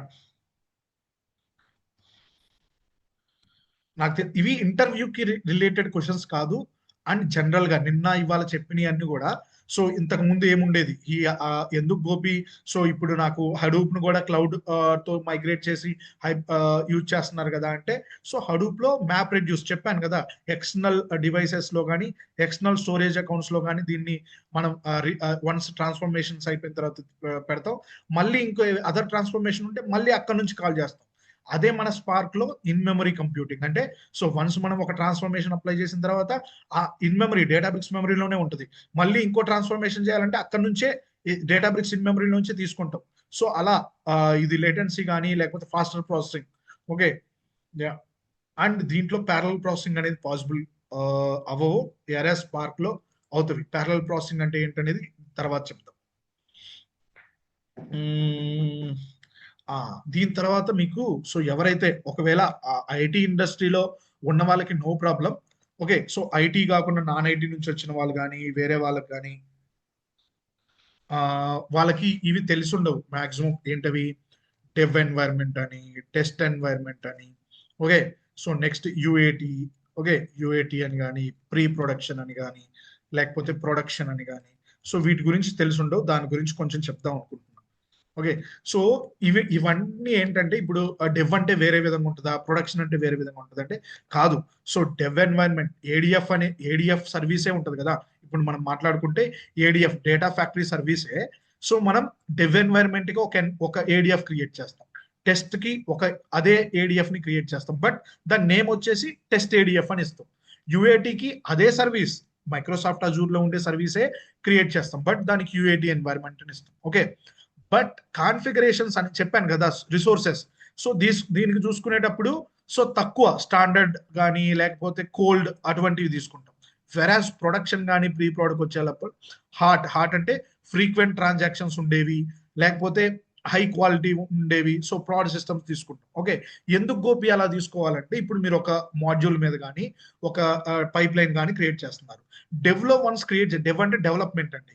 so development లో పిఓసి అంటే ఏంటంటే టెస్ట్ డేటా వచ్చేసి ఎంత ఉండొచ్చు, 1 lakh లేకపోతే 10,000 అన్ని రికార్డ్స్ ఉండొచ్చు. ఓకే, సో మనం డెవలప్మెంట్ చేసేటప్పుడే దీని మీద వర్క్ చేస్తాం. వన్స్ డెవలప్మెంట్ అయిపోయిన తర్వాత ఈ పైప్ లైన్ ఇంకా రన్ చేయం కదా ఇక్కడ. బట్ ప్రొడక్షన్ లోకి వచ్చిందంటే, లైవ్ లోకి వచ్చిందంటే ప్రతిరోజు ఈ pipe line, so pipe line 1 అనుకోండి, పైప్ లైన్ 1 ఉంది. సో మనం ఫస్ట్ స్టార్టింగ్ స్టేజ్ లో మేబీ 3 months పట్టింది మీకు రన్ టెస్ట్ చేయడానికి. ఈ 3 months మనం ఈ డెవలప్మెంట్ ఎన్వైర్న్మెంట్ లో దీని వర్క్ ఉంటుంది. అండ్ తర్వాత దీన్ని డిలీట్ చేయం, మేబీ అప్డేషన్స్ కానీ లేకపోతే ఏమన్నా కావాలి కాబట్టి రన్ చేయకుండా, ట్రిగ్గర్ యాడ్ చేయకుండా అలా పెడతాం. ఓకే, సో ఈ డెవలప్మెంట్ లో ఈ పైప్ లైన్ డిజైన్ అయిపోయిన తర్వాత టెస్ట్ లోకి వస్తుంది. టెస్టింగ్ ఎన్వైర్న్మెంట్ లో ఏం చేస్తాడు, సో ఇందులో డెవలపరే టెస్ట్ డేటా కానీ లేకపోతే మాన్యువల్లీ క్రియేటెడ్ డేటా కానీ అటువంటి డేటాని తీసుకొని ఒక పైప్ లైన్ డిజైన్ చేస్తాడు. ఓకే, సో తర్వాతకి ఈ పైప్ లైన్ అనేది టెస్ట్ లోకి మూవ్ చేస్తారు. ఓకే, సో ఆ డిప్లాయ్మెంట్ ఏంటి అవన్నీ చూద్దాం ఏడిఎఫ్ లో. సో గోపి ఇప్పుడు ఇది ఉంది కదా, మాన్యువల్ గా మనం మూవ్ చేస్తామా, ఎలా మూవ్ అయితే అంటే సిఐసిడి అనే ప్రాసెస్ ఉంటుందండి. మీకు ఇప్పుడే ఇవన్నీ చెప్పి మీ మైండ్ లో ఇవన్నీ పెట్టాలనుకోవట్లేదు, బట్ ఏంటంటే మాన్యువల్ గా మూవ్ చేయం. ప్రతి డెవలప్మెంట్ లో మనం ఒక కోడ్ కానీ లేకపోతే పైప్ లైన్ కానీ క్రియేట్ చేసిన తర్వాత గిట్ హబ్ కానీ, గిట్ రిపాజిటరీస్ కానీ లేకపోతే జెంకిన్స్ కానీ అలా కొన్ని డిప్లాయ్మెంట్ టూల్స్ ఉంటాయి. ఆ డిప్లాయ్మెంట్ టూల్స్ లోకి మన కోడ్ పంపించి ఆటోమేటిక్ గా అదే టెస్ట్ ఎన్వైర్న్మెంట్ లోకి డిప్లాయ్ అయిపోద్ది. యుఏటి, ప్రీ ప్రాడ్ లోకి అన్నిట్లోకి ఆటోమేటెడ్ గా కోడ్ అనేది డిప్లాయ్ అయిపోద్ది. సో అది తర్వాత చూద్దాం. ఏడిఎఫ్ మొత్తం అయిపోయిన తర్వాత అసలు సిఐసిడి ప్రాసెస్ అంటే ఏంటి, సో ఒక ఎన్వైర్న్మెంట్ నుంచి ఇంకో ఎన్వైర్న్మెంట్ కి మాన్యువల్ గా కాకుండా ఎలా మన పైప్ లైన్స్ కానీ లేకపోతే మన కోడ్ కానీ ఎలా మూవ్ చేయొచ్చో చూస్తాం. ఓకే, సో ఇనీషియల్ 3 months మీరు డెవ్ ఎన్వైర్న్మెంట్ లో వర్క్ చేస్తారు. తర్వాత దీంట్లో అవసరం ఉండదు, బట్ పైప్ లైన్ ఉంటుంది. ఒకవేళ ప్రొడక్షన్ లో పైప్ లైన్ ఏమైనా ఫెయిల్ అయితే మళ్ళీ డెవలప్మెంట్ లోకి వచ్చి సో దీనివల్ల ఫెయిల్ అవుతుందని మళ్ళీ ఒక 1 or 2 days వర్క్ చేస్తాం. దీనికి అంత ప్రీమియం రిసోర్సెస్ ఇవ్వాల్సిన అవసరం లేదు. అలాగే టెస్ట్ ఎన్వైర్న్మెంట్ లో కూడా ఎవరు వస్తారంటే క్యూఏ అంటే క్వాలిటీ అనలిస్ట్. సో టెస్టర్ అంటారు కదా, అతను వచ్చి some use cases, some test cases కానీ అవన్నీ రాసి, సో వీడు మోడల్ చేసిన పైప్ లైన్, వీడు డిజైన్ చేసిన పైప్ లైన్ అన్ని కేసెస్ కి ఏదైతే రిక్వైర్మెంట్ ఉంటుందో ఆ రిక్వైర్మెంట్ కి సరిపడా అన్ని కేసెస్ కి కరెక్ట్ వర్క్ అవుతుందా లేదా అనేది టెస్ట్ ఎన్వైర్న్మెంట్ లో చెక్ చేస్తాడు. సో మేబీ ఇది 4 or 5 days క్యూఏకి. 4 hour డెవలప్మెంట్ మొత్తం అయిపోయింది, అందుకే అది 3 months. నెక్స్ట్ ఇది 4 or 5 days.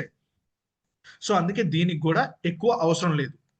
And UAT, okay, so యుఏటిలో కూడా మళ్ళీ యూజర్ లెవెల్లో టెస్ట్ చేస్తారు, యూనిట్ లెవెల్లో. సో దీనికి కూడా అంత అవసరం లేదు, దీనికి కూడా 4 or 5 days సరిపోద్ది. సో దీనికి కూడా రిసోర్సెస్ తక్కువ ఇస్తాం. బట్ ప్రీ ప్రొడక్షన్ అంటాం కదా, సో ఇవేంటంటే ఇక్కడ model just pipe line design చేసాం, టెస్ట్ డేటా మీద వర్క్ చేసాం. ఎక్కడ కూడా టెస్ట్ డేటానే ఉంటుంది, దాని మీదే క్యూఏ టెస్ట్ చేశాడు ఇక్కడ కూడా. సో బట్ ఇక్కడ ఏంటంటే సో ప్రొడక్షన్ ప్రాడ్ లో ఉన్న డేటా రెప్లికానే ఉంటుంది, బట్ అది ఏంటంటే రియల్ డేటా ఉండదు. So user data, live data ఎలా ఉంటుందో అలాంటి డేటానే ఉంటుంది, బట్ అంత వాల్యూమ్ లో ఉండదు. ఒకవేళ ఇక్కడ ట్రిలియన్ డేటా ఉందనుకోండి, ఇక్కడ 10,000 records and but they are identical to users data అనమాట. దాని మీద మళ్ళీ క్యూఏ ఇక్కడ కూడా వర్క్ చేస్తాడు. సో ఇక్కడ ఏమీ ప్రాబ్లం లేదనుకోండి, అప్పుడు ప్రీ ప్రాడ్ అండ్ ప్రాడ్ కి వెళ్తాయి. ఓకే, ప్రీ ప్రొడక్షన్, ఈ ప్రీ ప్రాడ్ అనేది ఏంటంటే ప్రొడక్షన్ అంటే లైవ్ కదా, ఇక నెక్స్ట్ నుంచి ప్రొడక్షన్ లోకి వెళ్ళిందంటే రేపటి నుంచి ఆ పైప్ లైన్ రన్ అవుతుంది. యూజర్స్ కి ఏం కావాలో, సో క్లయింట్స్ కానీ యూజర్స్ కి ఏం కావాలో ఆ పైప్ లైన్ రన్ చేస్తుంటే డేటా ప్రాసెస్ చేస్తుంటుంది. దానికన్నా ముందు ప్రొడక్షన్ లో ఏదైతే డేటా ఉంటుందో సేమ్ డేటా రెప్లికాని ప్రీ ప్రాడ్ లో పెడతాం.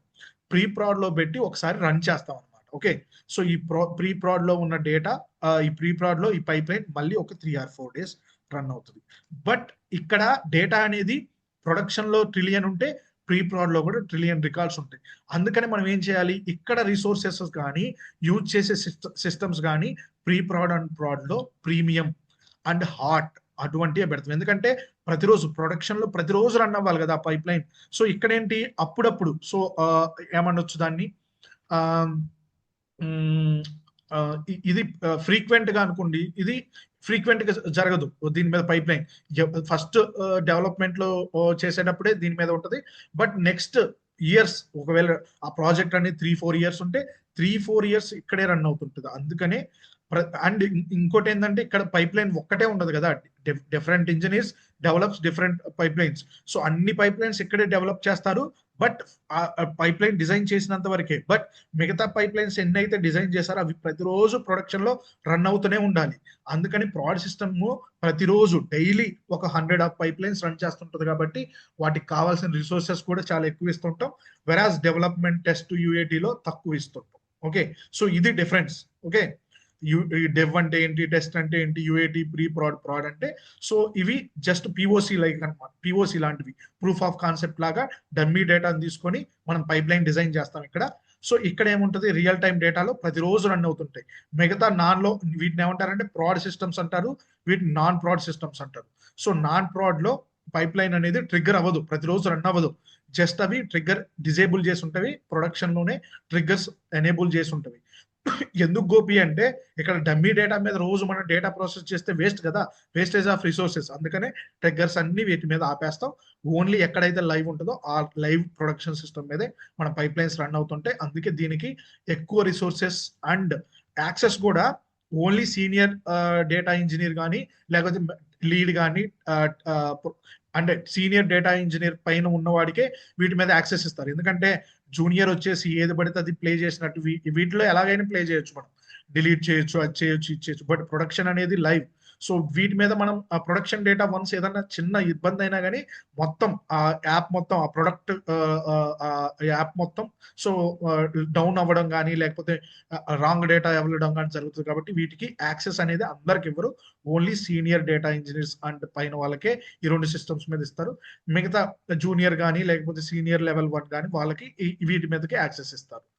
Okay, so and delete option only infra team కానీ డేటా ఆర్కిటెక్ట్ కానీ డిలీట్ ఆప్షన్ అనేది ప్రాడ్ సిస్టమ్ మీద పెట్టుకుంటాడు, మిగతా ఎవరికి ఉండదు అనమాట. ఎందుకంటే ఎవరైనా నోటీస్ పీరియడ్ లో ఉన్నోడు కానీ లేకపోతే తెలియక క్లిక్ చేయడం కానీ డిలీట్ చేస్తే వన్స్ అది డిలీట్ చేశారంటే ఎంత కష్టం అవుతుంది. సో మళ్ళీ దాన్ని బ్యాకప్ తీసుకొచ్చి చేయడానికి అట్లీస్ట్ 3-4 hours పడితే ఆ 3-4 hours లోనే మనకి ఎంతో బిజినెస్ లాస్ అవుతారు వాళ్ళు. ఓకే, అందుకని వీటి మీద డిలీట్ యాక్సెస్ కానీ అవి only data architect or infra team కే ఉంటుంది.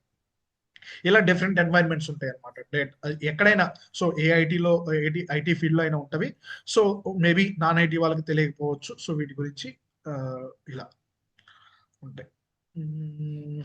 Gopi, yeah small doubt. Gopi, ఇప్పుడు మనం బ్యాంకింగ్ అప్లికేషన్ తీసుకుంటే యూజర్ ఫస్ట్ ఇనిషియల్ గా లాగిన్ డీటెయిల్స్ తో ఇవన్నీ ఫిల్ చేస్తాం కదా. అవును, సో అది రా డేటా అవుతుందో లేకపోతే ప్రాసెస్ డేటా అవుతుందో? బ్యాంకింగ్ లో ఫస్ట్ మనం ఫిల్ చేసేది అది రియల్ టైం డేటానే కదా, అది రియల్ టైం డేటానే. మీరు రా data.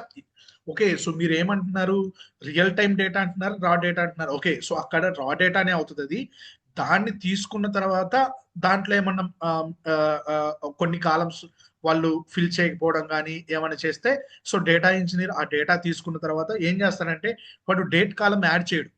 But date column add date field add చేయడు. డేట్ ఫీల్డ్ యాడ్ చేయకపోతే సిస్టమ్ అనేది యాక్సెప్ట్ చేయదు. ఏం చేస్తాడు డేటా ఇంజనీర్, ఏవైతే డేటా ఫీల్డ్స్ మిస్ అవుతున్నాయో ఆ వాల్యూస్ మిస్ అవుతున్నాయో వాటికి డిఫాల్ట్ గా ఒక వాల్యూ ఇవ్వమని పెట్టుకుంటాడు అనమాట. మేబీ 12/12/9999 అలా ఇవ్వడమో సంథింగ్ ఏదో ఒక వాల్యూ ఇస్తేనే సిస్టమ్ అనేది యాక్సెప్ట్ చేస్తుంది. ఓకే, సో అలా మనం ఆ డేటా మీద మనం కొన్ని ట్రాన్స్ఫర్మేషన్స్ కానీ లేదా కొన్ని ఎడిషన్స్ కానీ చేయాల్సి వస్తుంది. సో మీ డౌట్ అదేనా? సో అది రా డేటానా కాదా, దాని మీద ఏమన్నా డేటా ఇంజిన్ ప్రాసెస్ చేస్తాడా, అదేనా డౌట్? అంటే ఇప్పుడు మనం ఫస్ట్ ఇనీషియల్గా లాగిన్ చేసినప్పుడు నేమ్ అడ్రస్ అన్ని ఇస్తాం కదా గోపి. అవును. ఇచ్చేటప్పుడు మనం ఇమీడియట్గా లాగిన్ అయితే సేమ్ మై ప్రొఫైల్లో మనకు అవి కనిపిస్తాయి. మ్మ్. అంటే మన name address pin code same మనం ఏదైతే లాగిన్ టైంలో ఇస్తామో అది మై అకౌంట్లోకి వెళ్ళి మై ప్రొఫైల్లో చూస్తే మనకు సేమ్ డేటా కనిపిస్తుంది కదా. అవును, రియల్ టైం ప్రాసెసింగ్ కరెక్ట్. ఆ, ఆ.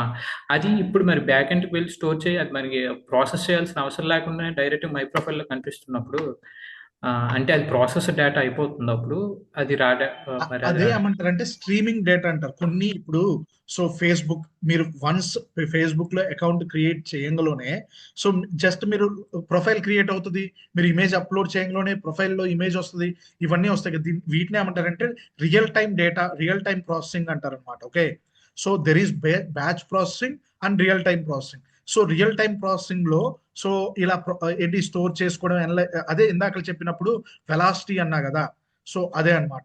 ఓకే, వీటికి ఏం చేస్తామంటే మనం స్ట్రీమింగ్ పెట్టుకుంటాం. సో స్ట్రీమింగ్ పెట్టుకొని సో దాంట్లో ఏంటి క్లీనింగ్ అవేం ఉండవు అందులో. ఇప్పుడు బ్యాచ్ ప్రాసెసింగ్ అంటే కొన్ని ఫిల్టర్స్ ఉంటాయి. ఓకే, రియల్ టైమ్ లో కూడా కొన్ని ఫిల్టర్స్ ఉంటాయి. బట్ ఈ బ్యాచ్ ప్రాసెసింగ్ లో వచ్చేసి ఆ, ఇప్పుడు మీరు అడిగే డౌట్ కి నేను చెప్పే ఆన్సర్ కరెక్ట్ అవుతుందా? కరెక్టే గోపి, సేమ్. స్ట్రీమింగ్ డేటా అంటే కంటిన్యూస్ వస్తుంది కదా గోపి, అలా అది అదేలా అది అట్లా ఓకే, బట్ మీరు ఏమంటున్నారంటే డేటా ఇంజనీర్ వర్క్ ఏంటి ఇందులో అంటున్నారా? అదేనా మీ డౌట్? అంతే Gopi, same. Yeah, data engineer ఏం చేయాలి? Okay let me okay, so doubts కూడా వేరే వాళ్ళు ఉంటారు. Okay, let's continue the recording. Okay, so ఇప్పుడు స్ట్రీమింగ్ డేటా లో డేటా ఇంజనీర్ వర్క్ ఏంటంటే అసలు ఆ పైప్ లైన్ ఇన్పుట్ ఇచ్చేటప్పుడు సో ఇది ఉంది కదా మన యూఐకి, సో వీడు కనెక్ట్ అవ్వాలి, ఆ డేటాని ఒక డేటా బేస్ లో పెట్టుకోవాలి. ఓకే, ఆ డేటాబేస్ లో పెట్టుకున్న డేటా అనేది కరెక్ట్ ఫీల్డ్స్ లోకి, అంటే ఐ మీన్ మీరు యూజర్ నేమ్ అనే దాంట్లో యూజర్ నేమ్ ఇస్తారు, పాస్వర్డ్ అనే దాంట్లో పాస్వర్డ్ ఇస్తారు, మీ డేట్ ఆఫ్ బర్త్ ఇస్తాడు, అవన్నీ కూడా ఒక డేటాబేస్ లో స్టోర్ అవుతాయి. వెంటనే ఏం చేస్తాడు, with in seconds, milli second, micro seconds ఆ డేటా అనేది మళ్ళీ ఈ ఫేస్బుక్ లో నెక్స్ట్ ఇంటిగ్రేషన్ ఏముందో దాంట్లోకి వెళ్తుంది, మళ్ళీ అక్కడికి సిడిసి అంటారు అనమాట, చేంజ్ డేటా క్యాప్చర్. సో మీరు విత్ ఇన్ సెకండ్స్ మీరు ఏదైతే డేటా ఉన్నదో అది డేటా స్టోర్ లోకి వెళ్ళి అక్కడ నుంచి ఎక్కడికైతే ప్రాసెస్ అవ్వాలో అక్కడికి ప్రాసెస్ అవుతుంటది. బట్ ఈ పైప్ లైన్స్ అన్ని క్రియేట్ చేసేది వీడే కదా, డేటా ఇంజనీరే కదా. ఇక్కడ మీరు ఎంటర్ చేసింది ఈ డేటాబేస్ లోకి వెళ్ళి ఇక్కడ నుంచి వెంటనే ఆ యుఏఎల్ లోకి వెళ్ళాలి, లేకపోతే డేటాబేస్ లో స్టోర్ కావాలి, అక్కడ మీకు అకౌంట్ క్రియేట్ అవ్వాలి, ఇదంతా కూడా డేటా ఇంజనీర్ చేసే పనే. అంటే ఓన్లీ డేటా ఇంజనీరే వర్క్ ఉండడు. సో ఈ టీంలో front and team, back and team, data engineer, ఏబిఐ వీళ్ళందరూ కలిసే ఈ పైప్ లైన్ క్రియేట్ చేస్తారు. ఇప్పుడు ఫస్ట్ మీకు ఎంటర్ చేయడంలోనే డేటాబేస్ లోకి డేటా వెళ్తుందా? ఓకే, సో ఆ డేటాని ఏం చేస్తాం మనం, ఈ ఒక పైప్ లైన్ క్రియేట్ చేసి ఆ డేటాని ఫ్రంట్ అండ్ టీమ్ కి ఇస్తాం. ఓకే, ఆ ఫ్రంట్ అండ్ టీమ్ ఏం చేస్తుంది, ఇక్కడికి వచ్చిన డేటాని ఇక్కడ రిఫ్లెక్ట్ అయ్యేలాగా ఒక అల్గరిథం రాస్తుంది. ఓకే, అలా జరుగుతుంది అన్నమాట ప్రాసెస్. ఓకే, ఇప్పుడు అది రియల్ టైం డేటా ప్రాసెసింగ్. ఇప్పుడు నేను అడిగిన దానికి రియల్ టైం డేటా ప్రాసెసింగ్ కి ఈక్వల్ గా ఉన్నాయి కదా. అవును. అదే అదే అర్థమైంది గోపి. ఇప్పుడు మాది ప్రొడక్ట్ బేస్డ్ కంపెనీ. సో ఎలా ఉంటదంటే ఇప్పుడు చెప్పేది, మేము ఒక్క డేటా ఇంజనీర్ వల్లే ఇప్పుడు మీరు ఫేస్బుక్ కానీ ఆన్లైన్ ట్రాన్సాక్షన్స్ కానీ ఇక్కడ ఓన్లీ ఒక్క డేటా ఇంజనీరే ఉండడు. సో ఇప్పుడు మా టీంలో ఒక మార్సల్ ప్రొడక్ట్ అనేది ఉంది. సో అందులో క్లాసెస్ కానీ, జాబ్ రెఫరెన్స్లు కానీ, రికమెండేషన్స్ కానీ, ఇంకా మిగతావి చాలా ఉంటాయి అనమాట. ఓపెనింగ్స్ ఏమున్నాయి, కోర్సెస్ అవన్నీ ఉంటాయి. సో ఏం చేస్తాం, ఫస్ట్ మా టీంలో 6 టీమ్స్ ఉంటాయి. ఒకటి team 1 infrastructure team, team 2 back and team, team 3 front and team, ఇంకోటి మొబైల్. సో ఈ యాప్ అనేది మనం ఓన్లీ డెస్క్టాప్ మీద కాదు కదా, మొబైల్లో కూడా వర్క్ చేయాలంటే మొబైల్ టీమ్ ఉంటుంది అండ్ డేటా టీమ్ ఉంటుంది. వీళ్ళందరి కొలాబరేషన్ తో ఆ ఒక్క యాప్ అనేది అందరు ప్రతి ఒక్కళ్ళు కాంట్రిబ్యూషన్ తో ఆ యాప్ అనేది రన్ అవుతుంది. అలాగే ఫేస్బుక్ కానీ వీటిలో బ్యాక్ ఎండ్ గాయ ఉంటాడు, ఫ్రంట్ ఎండ్ గాయ ఉంటాడు, డేటా ఇంజనీర్ ఉంటాడు, డిబిఏ గాయ ఉంటాడు. వీళ్ళందరి యొక్క కొలాబరేషన్ తో సో ఎవడ పైప్ లైన్స్ వాడు కరెక్ట్ గా రాసుకొని, సో ఫస్ట్ నాకు డేటా ఇంజనీర్ ఉంటాడు, డేటా ఇంజనీర్ డేటా కలెక్ట్ చేసి బ్యాక్ ఎండ్ టీమ్ కి ఇస్తాడు. బ్యాక్ ఎండ్ టీమ్ ఏం చేస్తుంది, ఆ డేటాని కరెక్ట్ ప్రాసెస్ చేసి ఫ్రంట్ ఎండ్ కి ఇస్తుంది. ఫ్రంట్ ఎండ్ లో వాళ్ళు ఈ వచ్చిన డేటాని వెంటనే యూఏ లో డిస్ప్లే చేసేలాగా ఉంటుంది. అలా అన్ని టీమ్స్ వర్క్ చేస్తాయి అనమాట, మీరు మాట్లాడిన బ్యాంకింగ్ కానీ ఫేస్బుక్ కానీ వీటిలో.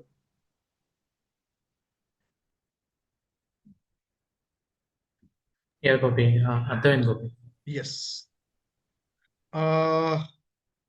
రా data, this is unprocessed data. Okay guys, ఎవరైనా నోట్స్ ఇప్పుడు, సో అంటే నేను ఎవరిని కమెంట్ చేయట్లేదు. సో నోట్స్ కానీ వీటి గురించి మనం అస్సలు వరి అవ్వద్దు. డేటా ఇంజనీర్ గా ఇంటర్వ్యూలో కానీ డేటా ఇంజనీర్ గా నేర్చుకోవడానికి అసలు నోట్స్ అవసరమే లేదు. మన ఇంటర్వ్యూలో ఏది ఈ కోడింగ్ రాయండి, ఇది రాయండి, ఈ ఫంక్షన్ అంటే మల్టిప్లికేషన్ ఫంక్షన్ రాయండి, లేకపోతే ఫిబొనాచి సిరీస్ రాయండి, లేకపోతే ఇలా ఏం అడగరు. మన్ని జస్ట్ ఓవరాల్ గా ఉంటది.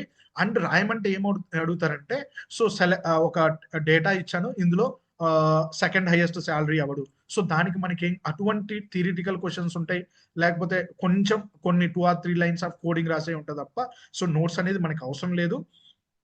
అండ్ నోట్స్ అనేది మేమేం ప్రొవైడ్ చేయం. కాకపోతే ఏంటంటే కొన్ని ఇంపార్టెంట్ కాన్సెప్ట్స్ ఉంటాయి కదా, సిఐసిడి కానీ యూనిటీ కెట్లాగ్ కానీ, వాటికి కంటెంట్ ప్రొవైడ్ చేస్తాం. అంటే 1 or 2 గైస్ పింగ్ చేశారు. మేబీ వేరే ఇన్స్టిట్యూట్ లో కానీ అమీర్పేట్లో కొన్ని ఇన్స్టిట్యూట్స్ ఉంటాయి కదా, సో వాళ్ళు ఏంటంటే నోట్స్ ఎక్కువ థియరిటికల్ కాన్సెప్ట్ చెప్తా అలా అలవాటు అయిపోవడం. బట్ రియల్ టైంలో మనం ఏదైతే ఇండస్ట్రీ ఎంటర్ప్రైజ్ లెవెల్లో, సో మనకి థియరీ అవసరం లేదు. మనకేంటి, మీరు ఇప్పుడు డేటా ఇంజనీర్ వర్క్ చేయాలంటే థియరీ నేను సగం చెప్పి సగం హ్యాండ్స్ ఆన్ చూపించాను అనుకోండి, నాకే ఈజీ. సగం థియరీ ఇప్పుడు ఇలా చెప్పడం నాకు చాలా ఈజీ కదా. ఏం చేస్తా, చాట్ జీపీటీలోనో లేకపోతే ఎక్కడో గూగుల్ దాంట్లో నేను మొత్తం టైప్ చేసుకొని ఇక్కడికి వచ్చి చదివేయచ్చు. అది కాదు కదా కావాల్సింది మనకి. సో మనకి మినిట్ 1 నుంచి మినిట్ లాస్ట్ వరకు కూడా హ్యాండ్స్ ఆన్ మనం ఏం చేస్తాం అసలు ఆ సర్వీస్. మీకు 30 days నేను మొత్తం ఏడిఎఫ్ మీద చూపిస్తే, మీకు each corner of this ADF లో అన్ని ఉన్న సర్వీసెస్ కానీ, లేకపోతే ఐ మీన్ ఏడిఎఫ్ లో ఉన్న కాంపోనెంట్స్ కానీ, వాటి యూసేజ్ కానీ అన్ని మీకు తెలిసిపోతాయి. సో మీకు వన్స్ మీరు రిక్రూట్ అయిపోయిన తర్వాత మీకు ప్రాబ్లం ఉండదు. వన్స్ ఎవరితో కనెక్ట్ అయినప్పుడు ఇక్కడ ఎలా మానిటర్ చేస్తున్నావు, పైప్ లైన్ ఎంతసేపు రన్ అయింది, లేకపోతే ఎక్కడ అలర్ట్స్ చూడాలి, వీటికి మీకు ఇబ్బంది ఉండదు. నాకు ఈజీ అసలు థియరీ చెప్పి నోట్స్ ఇవ్వడం అంటే. బట్ మేము అలా చేద్దాం అనుకోలేదు. మీకు ఏంటంటే 1 hour చెప్తే 1 hour కూడా మీకు హ్యాండ్స్ ఆన్ ఉండాలి. అండ్ మీకు మొత్తం అర్థం అవ్వాలి. ఎక్కువ నెంబర్ ఆఫ్ సినారియోస్, ఎక్కువ number of real time scenarios, ఎక్కువ నెంబర్ ఆఫ్ ప్రాజెక్ట్స్ కవర్ చేయడానికే చూస్తాం. సో నోట్స్ గురించి అస్సలు వరి అవ్వద్దు. నోట్స్ కావాలంటే ఇప్పుడు నేను చెప్పిన నోట్స్ మొత్తం కావాలంటే నేను ఇప్పుడు చాట్ జీపీటీయో లేకపోతే ఏదో అడిగితే, so 5 V's of big data అంటే మీకు వస్తుంది ఆన్సర్. అది మీరు చూసుకోవచ్చు. ఓకే, నోట్స్ గురించి ఎక్కువ వరి అవ్వద్దు. ఒకవేళ కావాలి ఇది కంపల్సరీ అయినప్పుడు నేనే ప్రొవైడ్ చేస్తాను. ఓకే,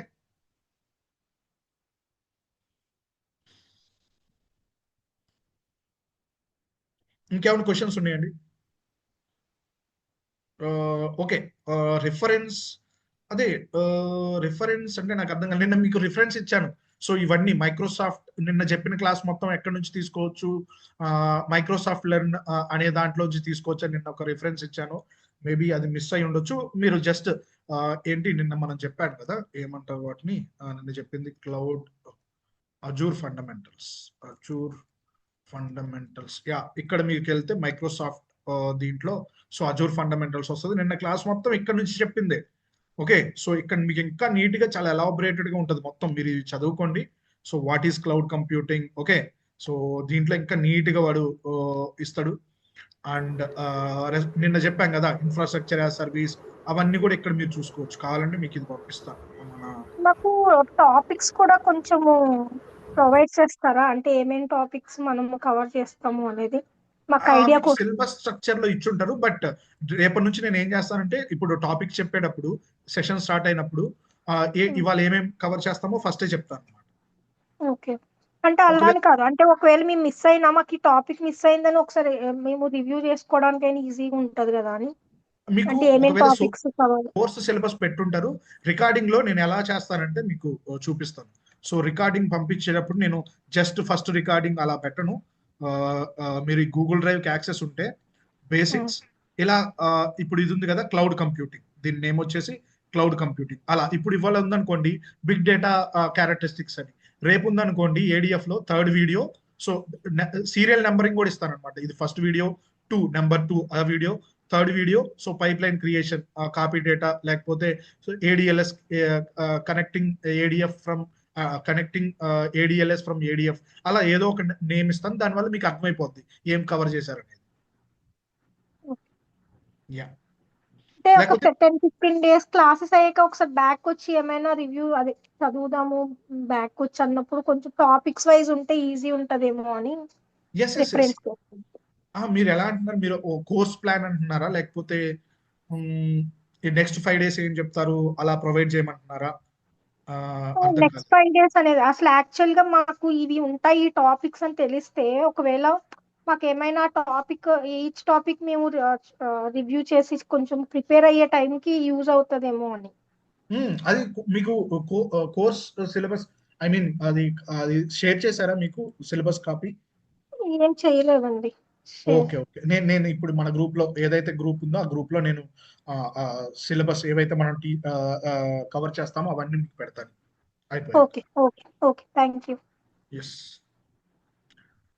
గైస్, రేపు నుంచి ఏంటి ఏడిఎఫ్ క్రియేట్ చేస్తాం రేపు. So top level components and కుదిరితే ఒక పైప్ లైన్ కూడా ఏడిఎల్ఎస్ కి ఎలా కనెక్ట్ అవ్వాలి, ఆల్రెడీ ఏడిఎల్ఎస్ కనెక్ట్ అవి చిన్న చిన్న పైప్ లైన్స్ రేపు చూద్దాం.